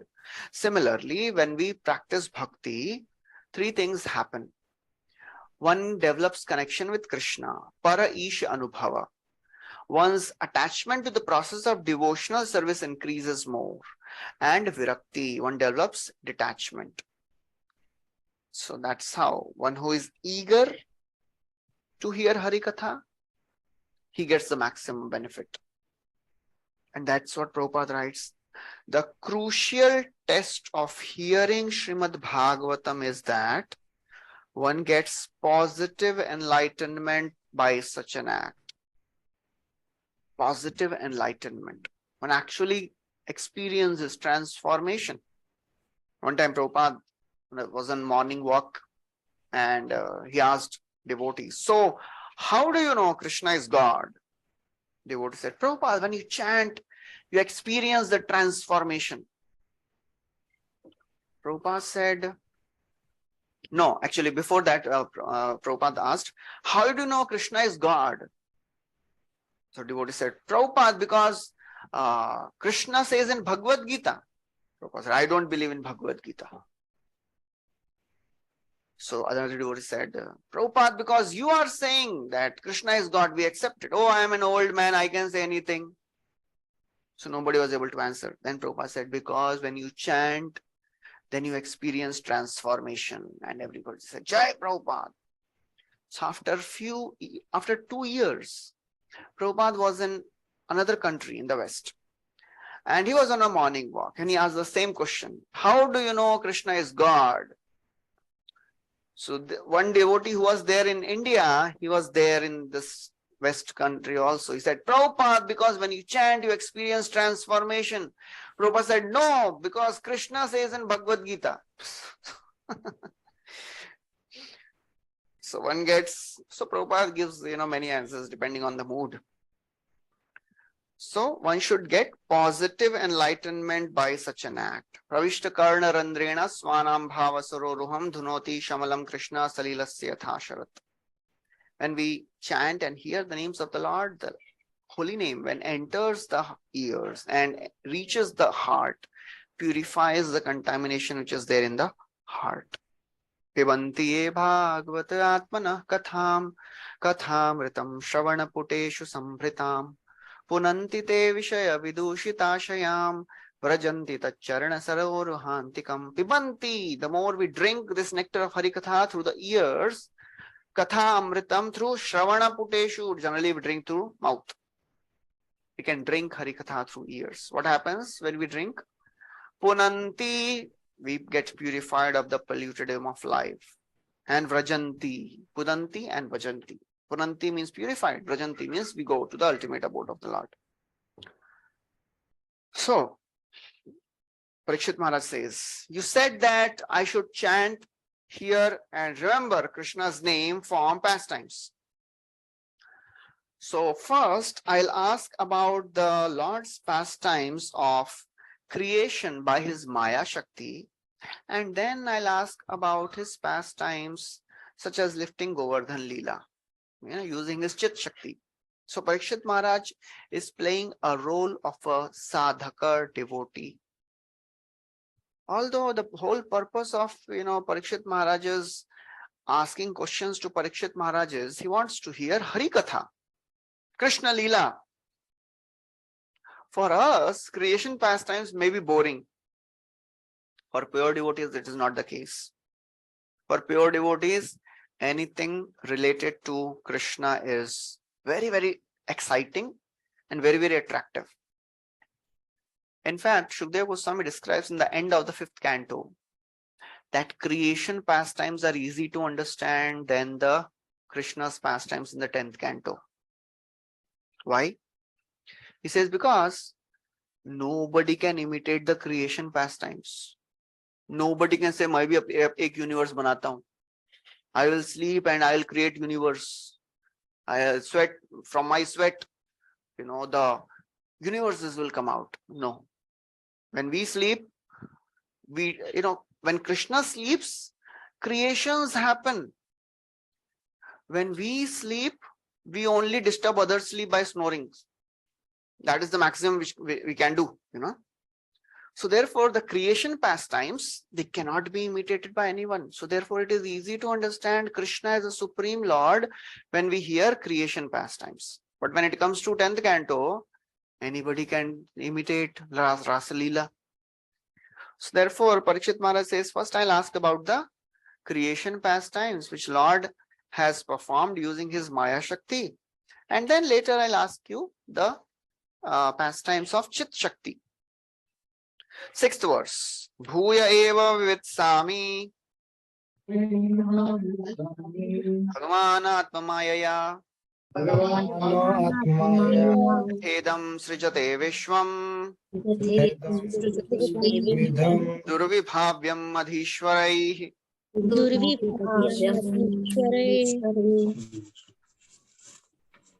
I beg to know.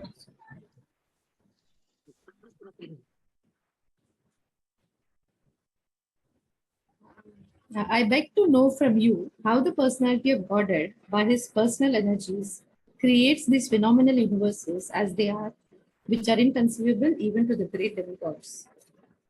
So in the 6th verse, Parikshit Maharaj is asking how the Lord creates this universe through his energies. In the 7th verse, he asks, how does the Lord maintain and destroy the universe? So therefore, basically, he is asking, kindly explains Sarga and Visarga.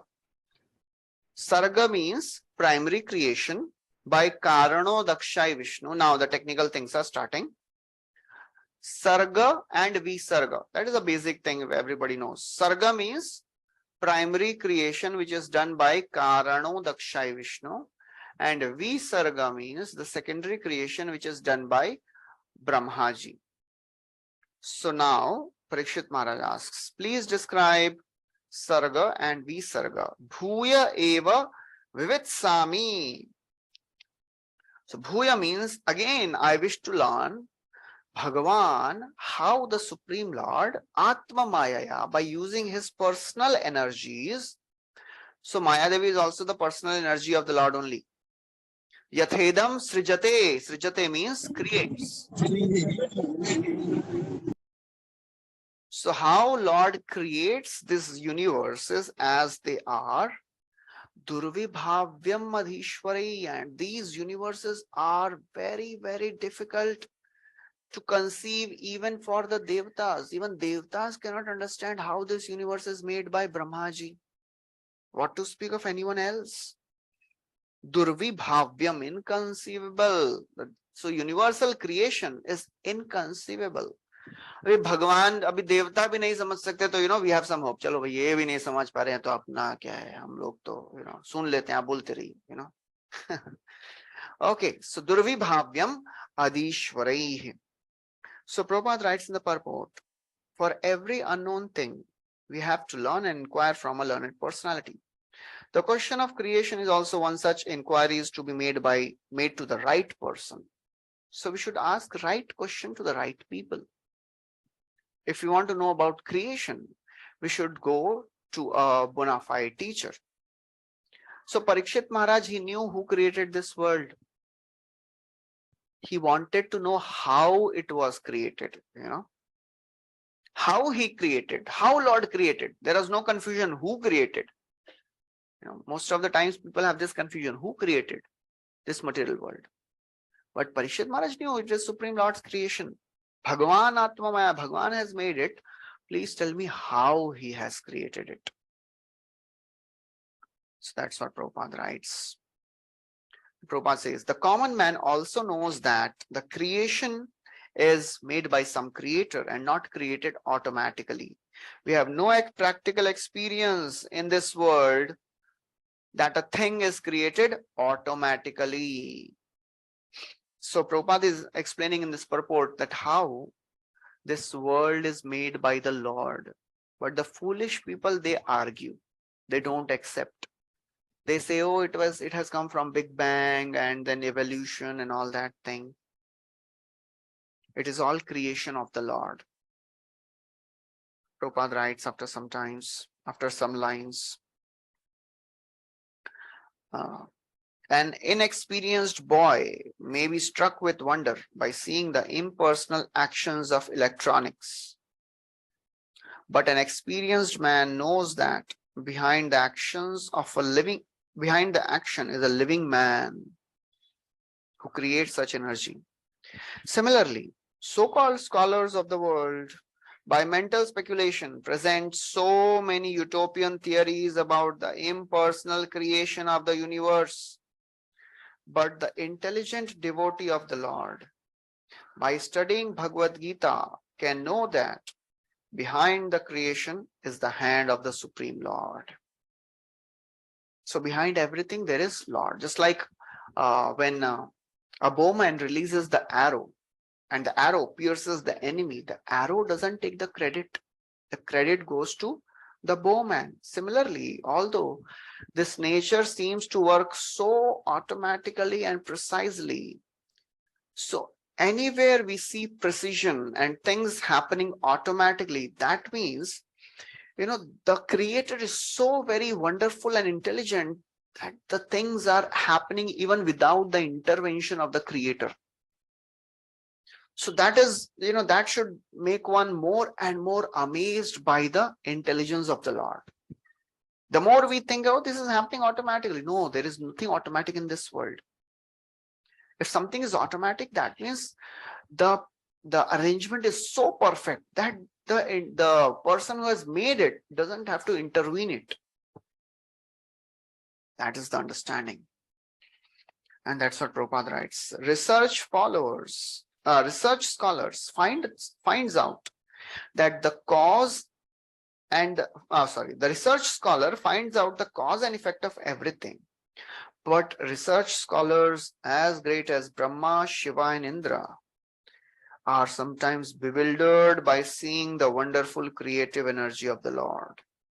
What to speak of tiny mundane scholars? Vadanti Vishwam Kavayopyanishwaram Pashyanti Chadhyatma Vido Vipaschitaha Tathapi Muhyanti Tavaja Mayaya Suvismritam Krityam Ajam Natosmyaham. Vadanti. It is said that Kavayopi Anishwaram. There are some people who say there is no controller in this world, but they are all foolish. Even great controllers of the world get bewildered sometimes. What to speak of people of the world? Because nobody can understand the Lord, nobody can understand the creation of the Lord unless one is blessed by the Lord. Athapi te deva padambujadvaya prasada leshanugrihite evahi janati tattvam bhagavan mahimno. Only by the mercy of the Lord. Even big people get bewildered, just like it will come in the later chapters, that one time Narad Muni goes to Brahmaji and says, "Oh Brahmaji, I think you are the supreme, because you are creating this universe which is so very amazing. You don't take assistance from anyone. You create your own raw material, you maintain it, you destroy it. You are like a spider, which is a independent living entity. Urnanabhi Yavaklamaha." And Narad Muni gets bewildered. Even Brahma gets bewildered, seeing Krishna's pastimes, and a whole Brahma Vimohan Lila is performed for that. So therefore, big people get confused. So Srila Prabhupada, he writes that, after a few lines, I think after a few paragraphs, Prabhupada writes, Maharaj Parikshit did not ask esoteric pastimes, Maharaj Parikshit did not ask his spiritual master to narrate Krishna's pastimes in Vrindavan. He wanted to hear first about the creation of the Lord. Shukdev Goswami did not say that king should hear about the direct transcendental pastimes. Time is very short.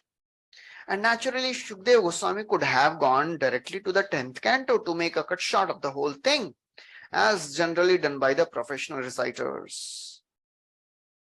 But neither the king nor the great speaker of Bhagavatam jumped up like the organizers of Bhagavatam. Both of them proceeded systematically. So that's how it is very, very important to understand the creation pastimes, because it is said, Mayam varnayato mushya ishwarasya numoditaha shanvata shraddhaya nityam mayayatmana muhyati.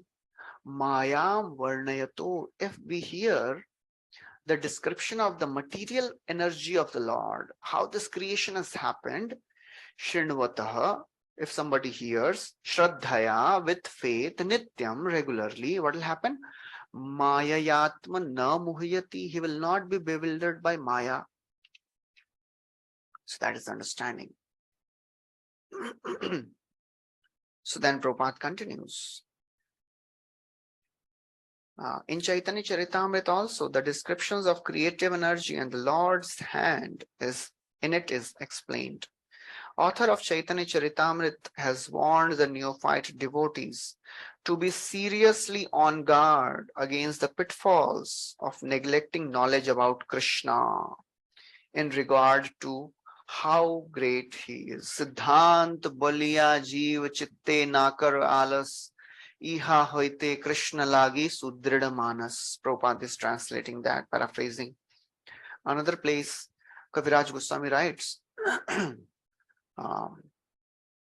Ei Lilamrita Vine Khaye Adi Anna Pane Tabe Bhaktera Durbala Jeevan Yara Ek Bindu Pane Utfullita Tanu Mane Hase Gaye Koro Inartane. If somebody is not hearing the pastimes of the Lord, just taking prasad regularly, he'll become weak spiritually. And if somebody regularly, very little also, if somebody reads these pastimes of the Lord, he'll become ecstatic. So therefore, Bhagavatam doesn't leave any scope of anyone for anyone to become a sahajiya.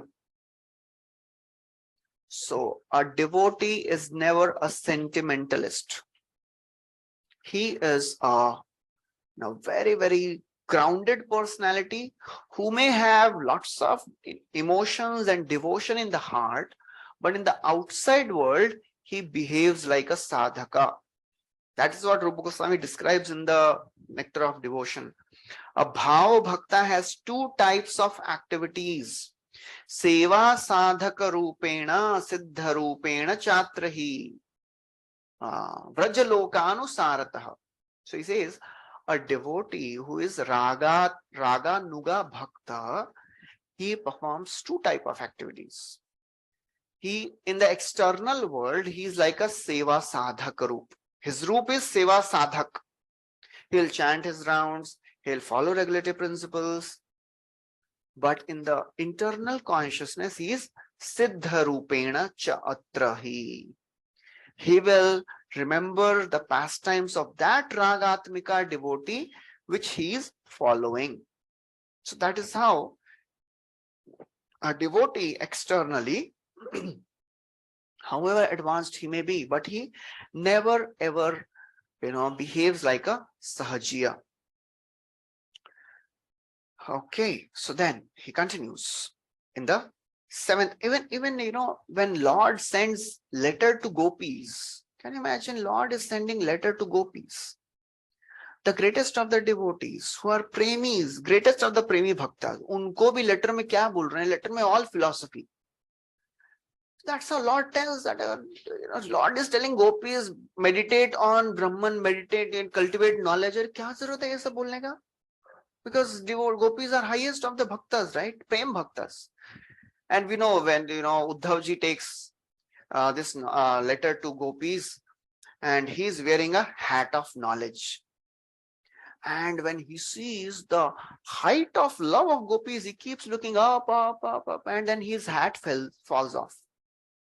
You know, so that is how Uddhav gets defeated. You know, there is a place in Vrindavan, Jnana Gudadi. You know, Gudadi means पूरा ऐसा उसका चितड़े चितड़े कर दिए. You know, so Gopi's love destroyed the Jnana of Uddhava to pieces. तो Gopis के लिए भी कृष्णा क्या बोल रहे हैं?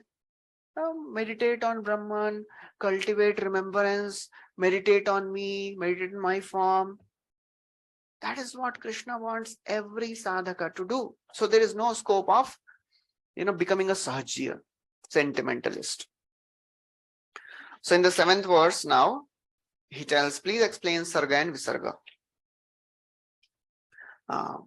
Yatha gopayati vibhu पायति यथा सम्यच्छते पुनः यथा संयच्छति पुनः यां यां शक्तिमुपाश्रित्य यां शक्तिम् उपाश्रित्य गुरु शक्ति पुरः पुमान् गुरु शक्ति पुरः पुमान् आत्मानं क्रीडयन् क्रीडन् आत्मानं करोति विकरोति च करोति विकरोति च. Hare Krishna. Describe how the Supreme Lord, who is all powerful, engages his different energies and different expansions in maintaining and again winding up the phenomenal world in the sporting spirit of a player. So, yatha gopayati, how the Lord maintains. Yatha samyachate means he winds up. And yam yam shaktim upashritya, which all shaktis Lord uses to do that. And again he winds up. He creates, he maintains, and he winds up. So basically Parikshit Maharaj is asking how Karano Dakshai Vishnu, that's what Chakravarti Thakur writes. He elaborates on this question. He says how Karano Dakshai Vishnu, through his Maya Shakti, that means the word used is Purushakti Parapuman. So Karano Dakshai Vishnu, through his Maya Shakti, carries out the primary creation. And through the Devatas like Brahma and Prajapatis, he carries out the secondary creation. So please tell us about those things. Please tell me. So the Lord possesses many Shaktis, Antaranga Shakti, Bahiranga Shakti, Tatastha Shakti. So Lord sports with his Maya Shakti and creates a form for himself. Atmanam Kridan. Atmanam Karoti. So he sports. He plays with his Maya Shakti. Kridan means plays. He plays with his Maya Shakti and Atmanam Karoti. He creates a form of himself. What form he creates? He creates this Virat form. And this form is made up of Mahatattva, false ego, and all the other elements. So that is a question of primary creation, how Lord creates. Okay. And then he also engages other devatas like Brahma and other Prajapatis like Marichi and creates another form of himself. Atmanam Vikaroti. So, so in one verse, Parikshit Maharaj has two things. Atmanam Karoti and Atmanam Kridayan Karoti and Vikaroti. Karoti means Swayam Karte hain, that is the primary creation. And Vikaroti means makes others do it, that is secondary creation. So this Karoti and Vikaroti is elaborated. Karoti means primary creation. Vikaroti means secondary creation. So that is the understanding of this verse. That is the first question he is asking. Second question, then he continues. Parikshit Maharaj continues. Nyunam Bhagavato Brahman Hareradbhuta Karmanaha Durvibhavyamiva Bhati Kavibheshchapi Cheshtitam.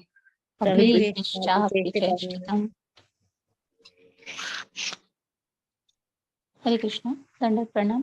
O learned Brahmana, the transcendental activities of the Lord are all wonderful and they appear inconceivable because even great endeavors by many learned scholars have still proved insufficient for understanding them.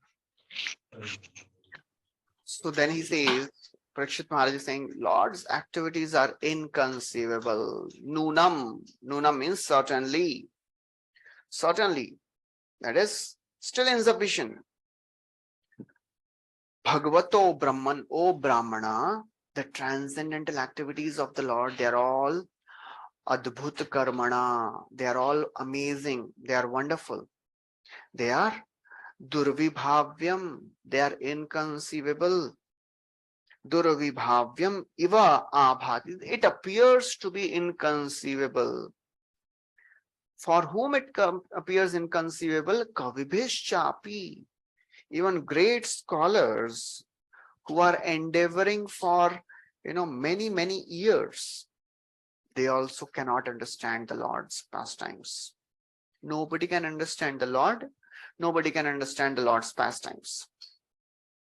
Just like we heard in the first canto when Bhishma Dev and all the Pandavas, Krishna takes all the Pandavas to Bhishma Dev, and Bhishma is telling, oh, it is such an amazing thing. So many calamities came in your life.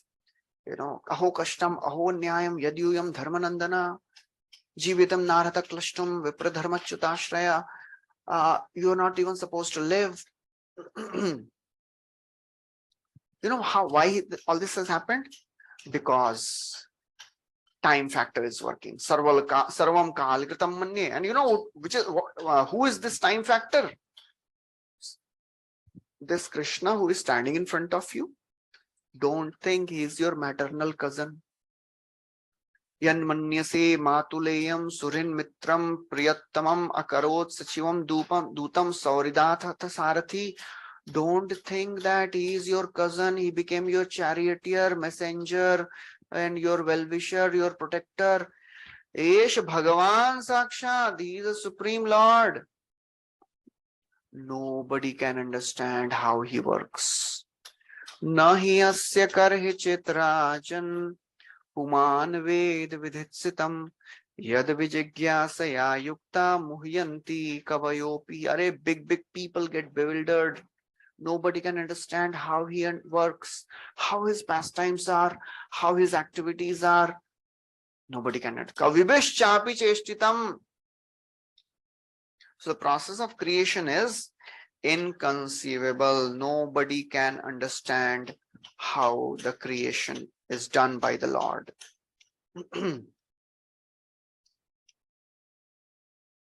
So then in the purport, Prabhupada writes, the acts of the Supreme Lord in the creation of just this one universe appear inconceivably powerful, and there are unlimited universes, and all of them aggregated together are known as created material world. Material world stands as a part only ekam shena sthito jagat. So the spiritual world is called as Tripada Vibhuti, and the material world is called as Ekpada Vibhuti. That is just an metaphor to tell that spiritual world is much more than material world. It is not that exactly there is 1/3 and 1/4 and 3/4. It is a allegorical way to tell that spiritual world is unlimited. Anything which is more than 3 times, that means it is inconceivable. That is how this Sanskrit is. And that's what Prabhupada writes, that Sanatan Dham is 3 parts, ek Tripada Vibhuti, and nobody can understand the Lord, and nobody can understand the creation of the Lord. But devotees know that Krishna is the cause of all causes. And Parikshit Maharaj also knows that Krishna is the cause of all causes. So now Parikshit Maharaj is asking, how he is the cause of all causes? I want to know that. Namo namaste khilakaranaya nishkaranaya adbhutakaranaya sarvagamamnaya maharnavaya namopavargaya parayanaya. Gajendra is praying. Namo Namaste Akhila Karanaya. I offer my obeisances unto Akhila Karanaya, the one who is the source of entire universe. Nishkaranaya, he has no cause. Adbhuta Karanaya, but his creation is Adbhut. Sarvagamamnaya Maharnamaya, and he is perceived only through scriptures. And then interestingly, Prabhupada, he's amazing, the way he presents his purports. In this purport, he is quoting newspaper report. In a news release from Moscow, dated 2/21/60, that means 22nd of February 1960, the following piece of knowledge was relayed. Russian professor Boris Voronto, said that there must be an infinite number of planets in the universe inhabited by beings endowed with reason. It could be that life similar to that on Earth flourishes on such planets.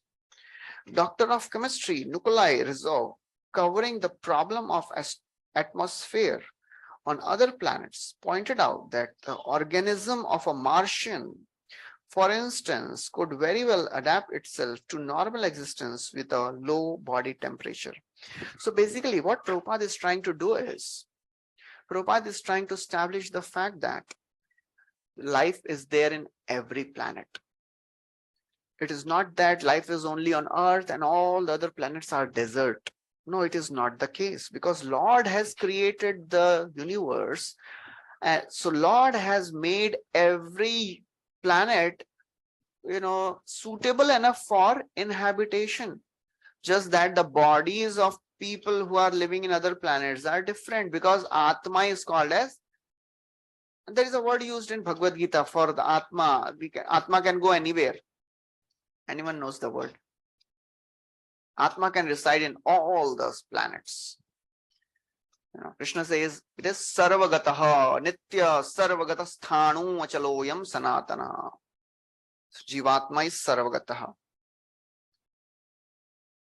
So that's what Prabhupada is trying to elaborate here. Then Prabhupada says, scientists who are attempting to explore outer space and are trying to reach other planets by mechanical arrangements must know for certain that organisms adapted to the atmosphere of Earth cannot exist in the atmospheres of other planets, because everybody has a different body. Prabhupada would tell that there are some insects, they can survive even in fire, thermophiles. So every planet has a particular type of body. Just like in the moon, they have body made up of water. The water content is more in the moon. That's why it looks very cooling. The moon is made up of ice. That's why the moon rays are very soothing, cooling, because moon is made up of ice. So it is made up of water content. Sun is made up of fire. So the bodies of people staying in sun, they are fiery. Bodies of people staying in moon, they are made up of more of water. Body of people staying on earth, they are more of earth. That's how different planets have different types of bodies. And then Prabhupada says, if you want to go to different planets, the simple ways, whatever Ashtanga Yoga or Karma Yoga, whatever do, you worship Devatas, you'll go to Devatas, you worship Pitris, you go to Pitris, Yanti Deva Vrata Devan. So that's what Prabhupada writes. Then Prabhupada says that Maharaj Parikshit's statement regarding the workings of the creative energy of the Lord discloses that he knew everything of the process of creation. Why then did he ask Sukadeva Goswami for such information? Maharaj, somebody can read from here. Maharaj Parikshit, being a great emperor, a descendant of the Pandavas, and a great devotee of Lord Krishna, was quite able to know considerably about the creation of the world, but that much knowledge was not sufficient. He said, therefore, that even greatly learned scholars fail to know about that, even after that great effort. The Lord is unlimited, and his activities are also unfathomed. with a limited source of knowledge and with imperfect senses, any living being up to the standard of Brahmaji, the highest perfect living being within the universe, can never imagine knowing about the unlimited. We can know something of the unlimited when it is explained by the unlimited, as has been done by the Lord Himself in the unique statements of the Bhagavad Gita. And it can also be known to some extent from realized souls like Shukadev Goswami, who learned it from Vyasadeva, a disciple of Narada. And thus, the perfect knowledge can descend by the chain of disciplic succession only and not by any form of experimental knowledge, old or modern. Okay, so that's how Prabhupada describes that Parikshit Maharaj knew, but the knowledge about the Lord is unlimited. So therefore, he wants to know something more about the Lord and the creation of the Lord. So therefore, he's asking the Lord. Okay, next verse. Yatha gunam stu prakritir yugapat kramashopi va vivarti bhurishastvekah kurvan karmani janmabhihi.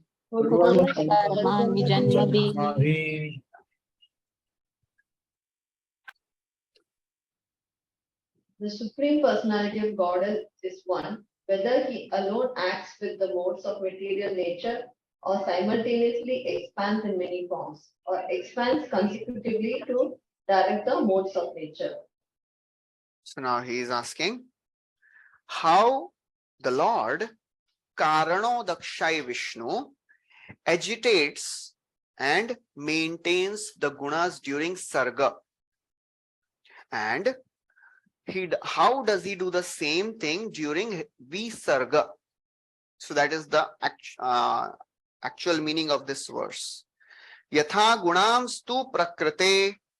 So the Lord, although he appears alone, he interacts with the guna, interacts with the modes of nature, and he bibharti means maintains, and bhurishas, he maintains many forms. So first he creates and then he maintains through Brahma, through Visarga. So please tell us whether he does it yugapat, he does it simultaneously, or kramashaha, or he does it in sequence. Pehle ye hota hai, or does it happen simultaneously? How does it happen actually, this creation? So please tell us in detail about this creation, how Karano Daksha Vishnu agitates and then maintains during Sarga, and then how he agitates and maintains during Visarga. So that is the question. Shukdev Goswami may say after hearing all this, Are Parikshit, you only said in the 8th verse, right? Durvibhavyam, very difficult to understand. Why are you asking me then? You know. So Parikshit Maharaj says in the next verse, because you are qualified to do so. You have understood, therefore you can tell me. Vichikitsitam etanme pravitu bhagavan yatha shabde brahmani nishnatah parasmimscha bhavan khalu.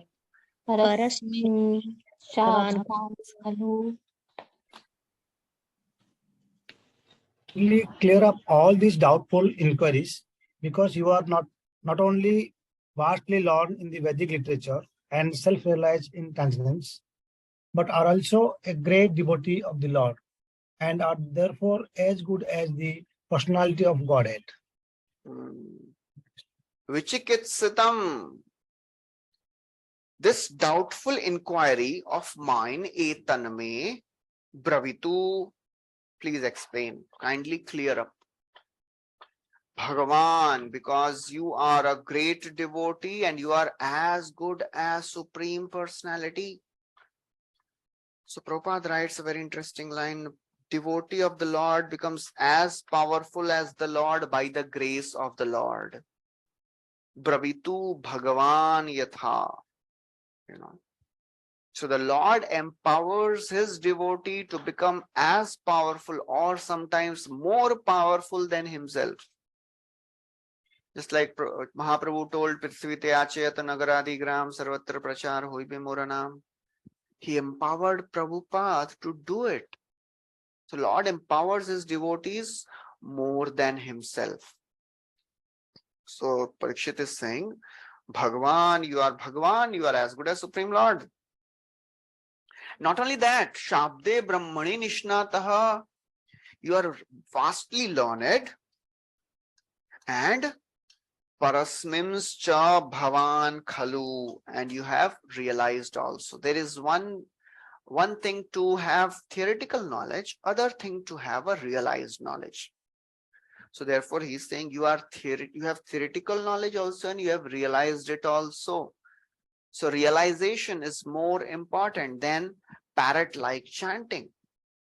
So therefore he's saying you are realized person. You have realized whatever you know. It is not a theoretical knowledge for you. It is a realized knowledge for you. So Prabhupada writes, Brahma Samhita, it is said that Lord has expanded, although one without a second, he has expanded into innumerable forms. Which verse it is? Lord is expanded into innumerable forms, non-different from one another, although he is the original person. Krishna. No, Brahma Samhita. Oh.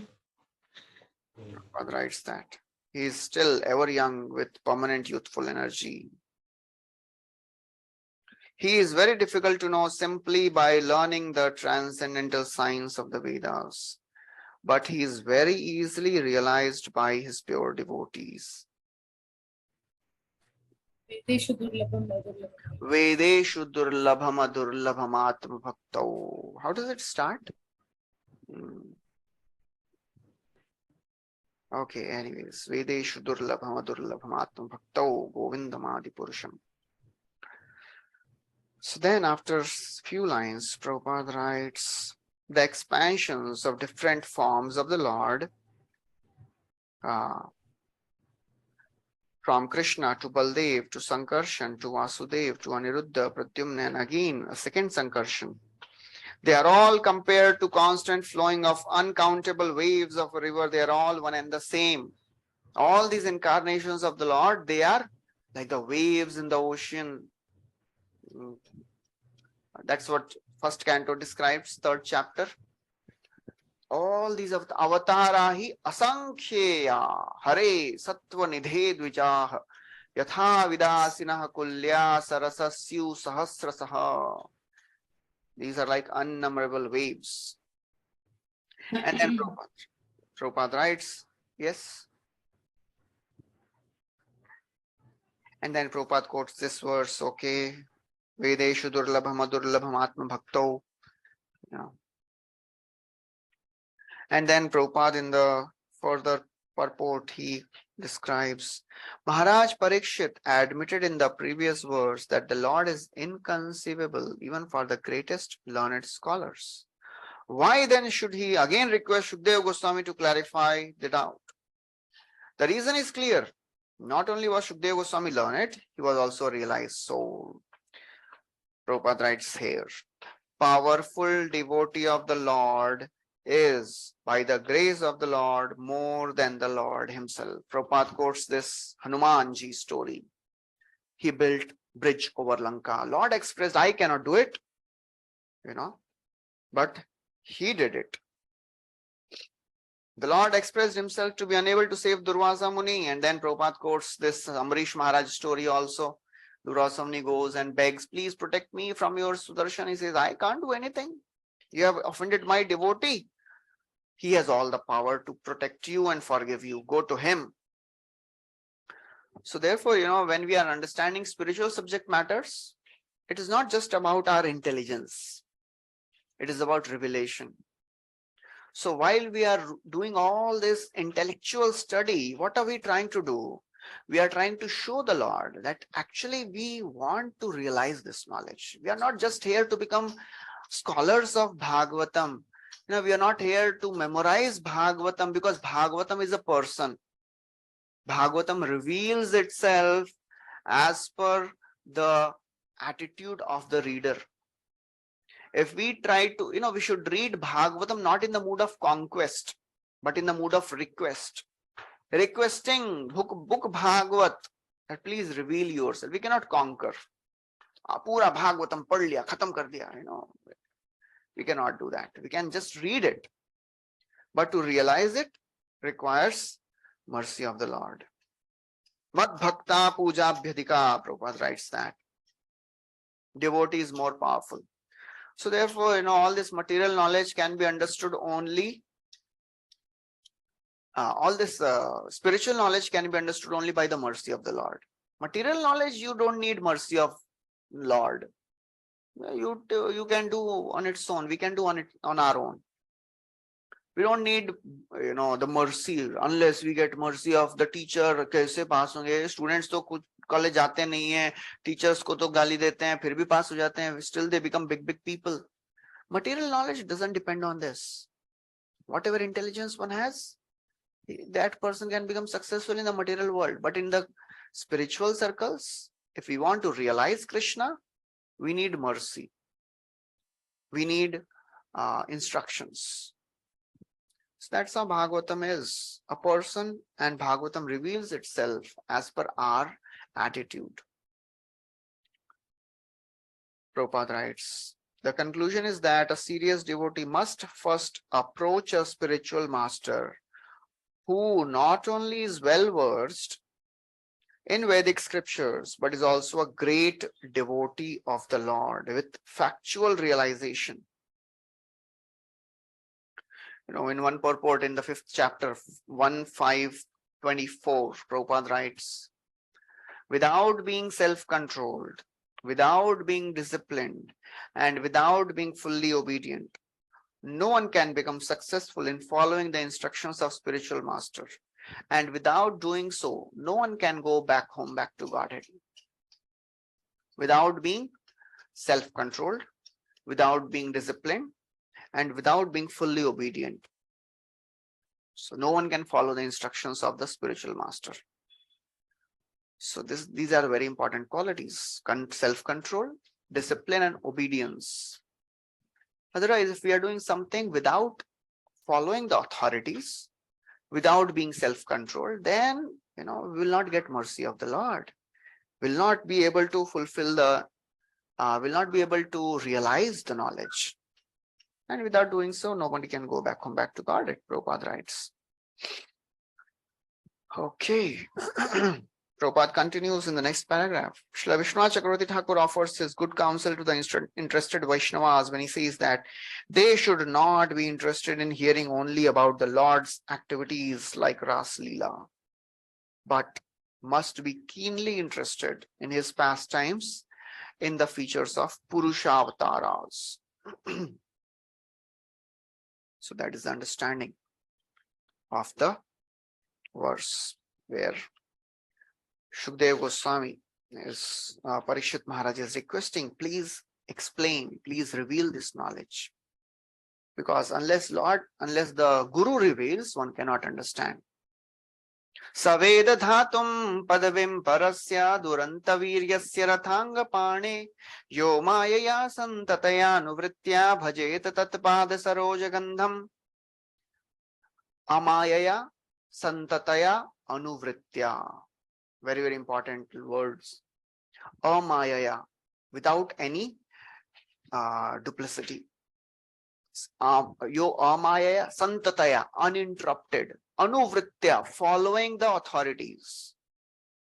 So only a person who has these three qualities, amayaya santataya anuvritya, following the authorities, amayaya, without any reservation, santataya, uninterrupted, bhajeta tatpada saroja gandham, they can actually render service unto the Supreme Lord, who is of full glory. So he can know Saveda Dhatu Padavim, he can know the Supreme Lord, not anyone else. So that's how Shukdev Parikshit Maharaj asks. So we'll stop here. We'll continue next time from 11th verse onwards. Thank you very much. Hare Krishna. I'll put the question paper on the group. Srila Prabhupada ki jai, Granth Srimad Bhagvatam ki jai. Jai. Thank you, Prabhuji. Dandavat pranam. Hare Krishna, Prabhuji, Pranam. Hare Krishna.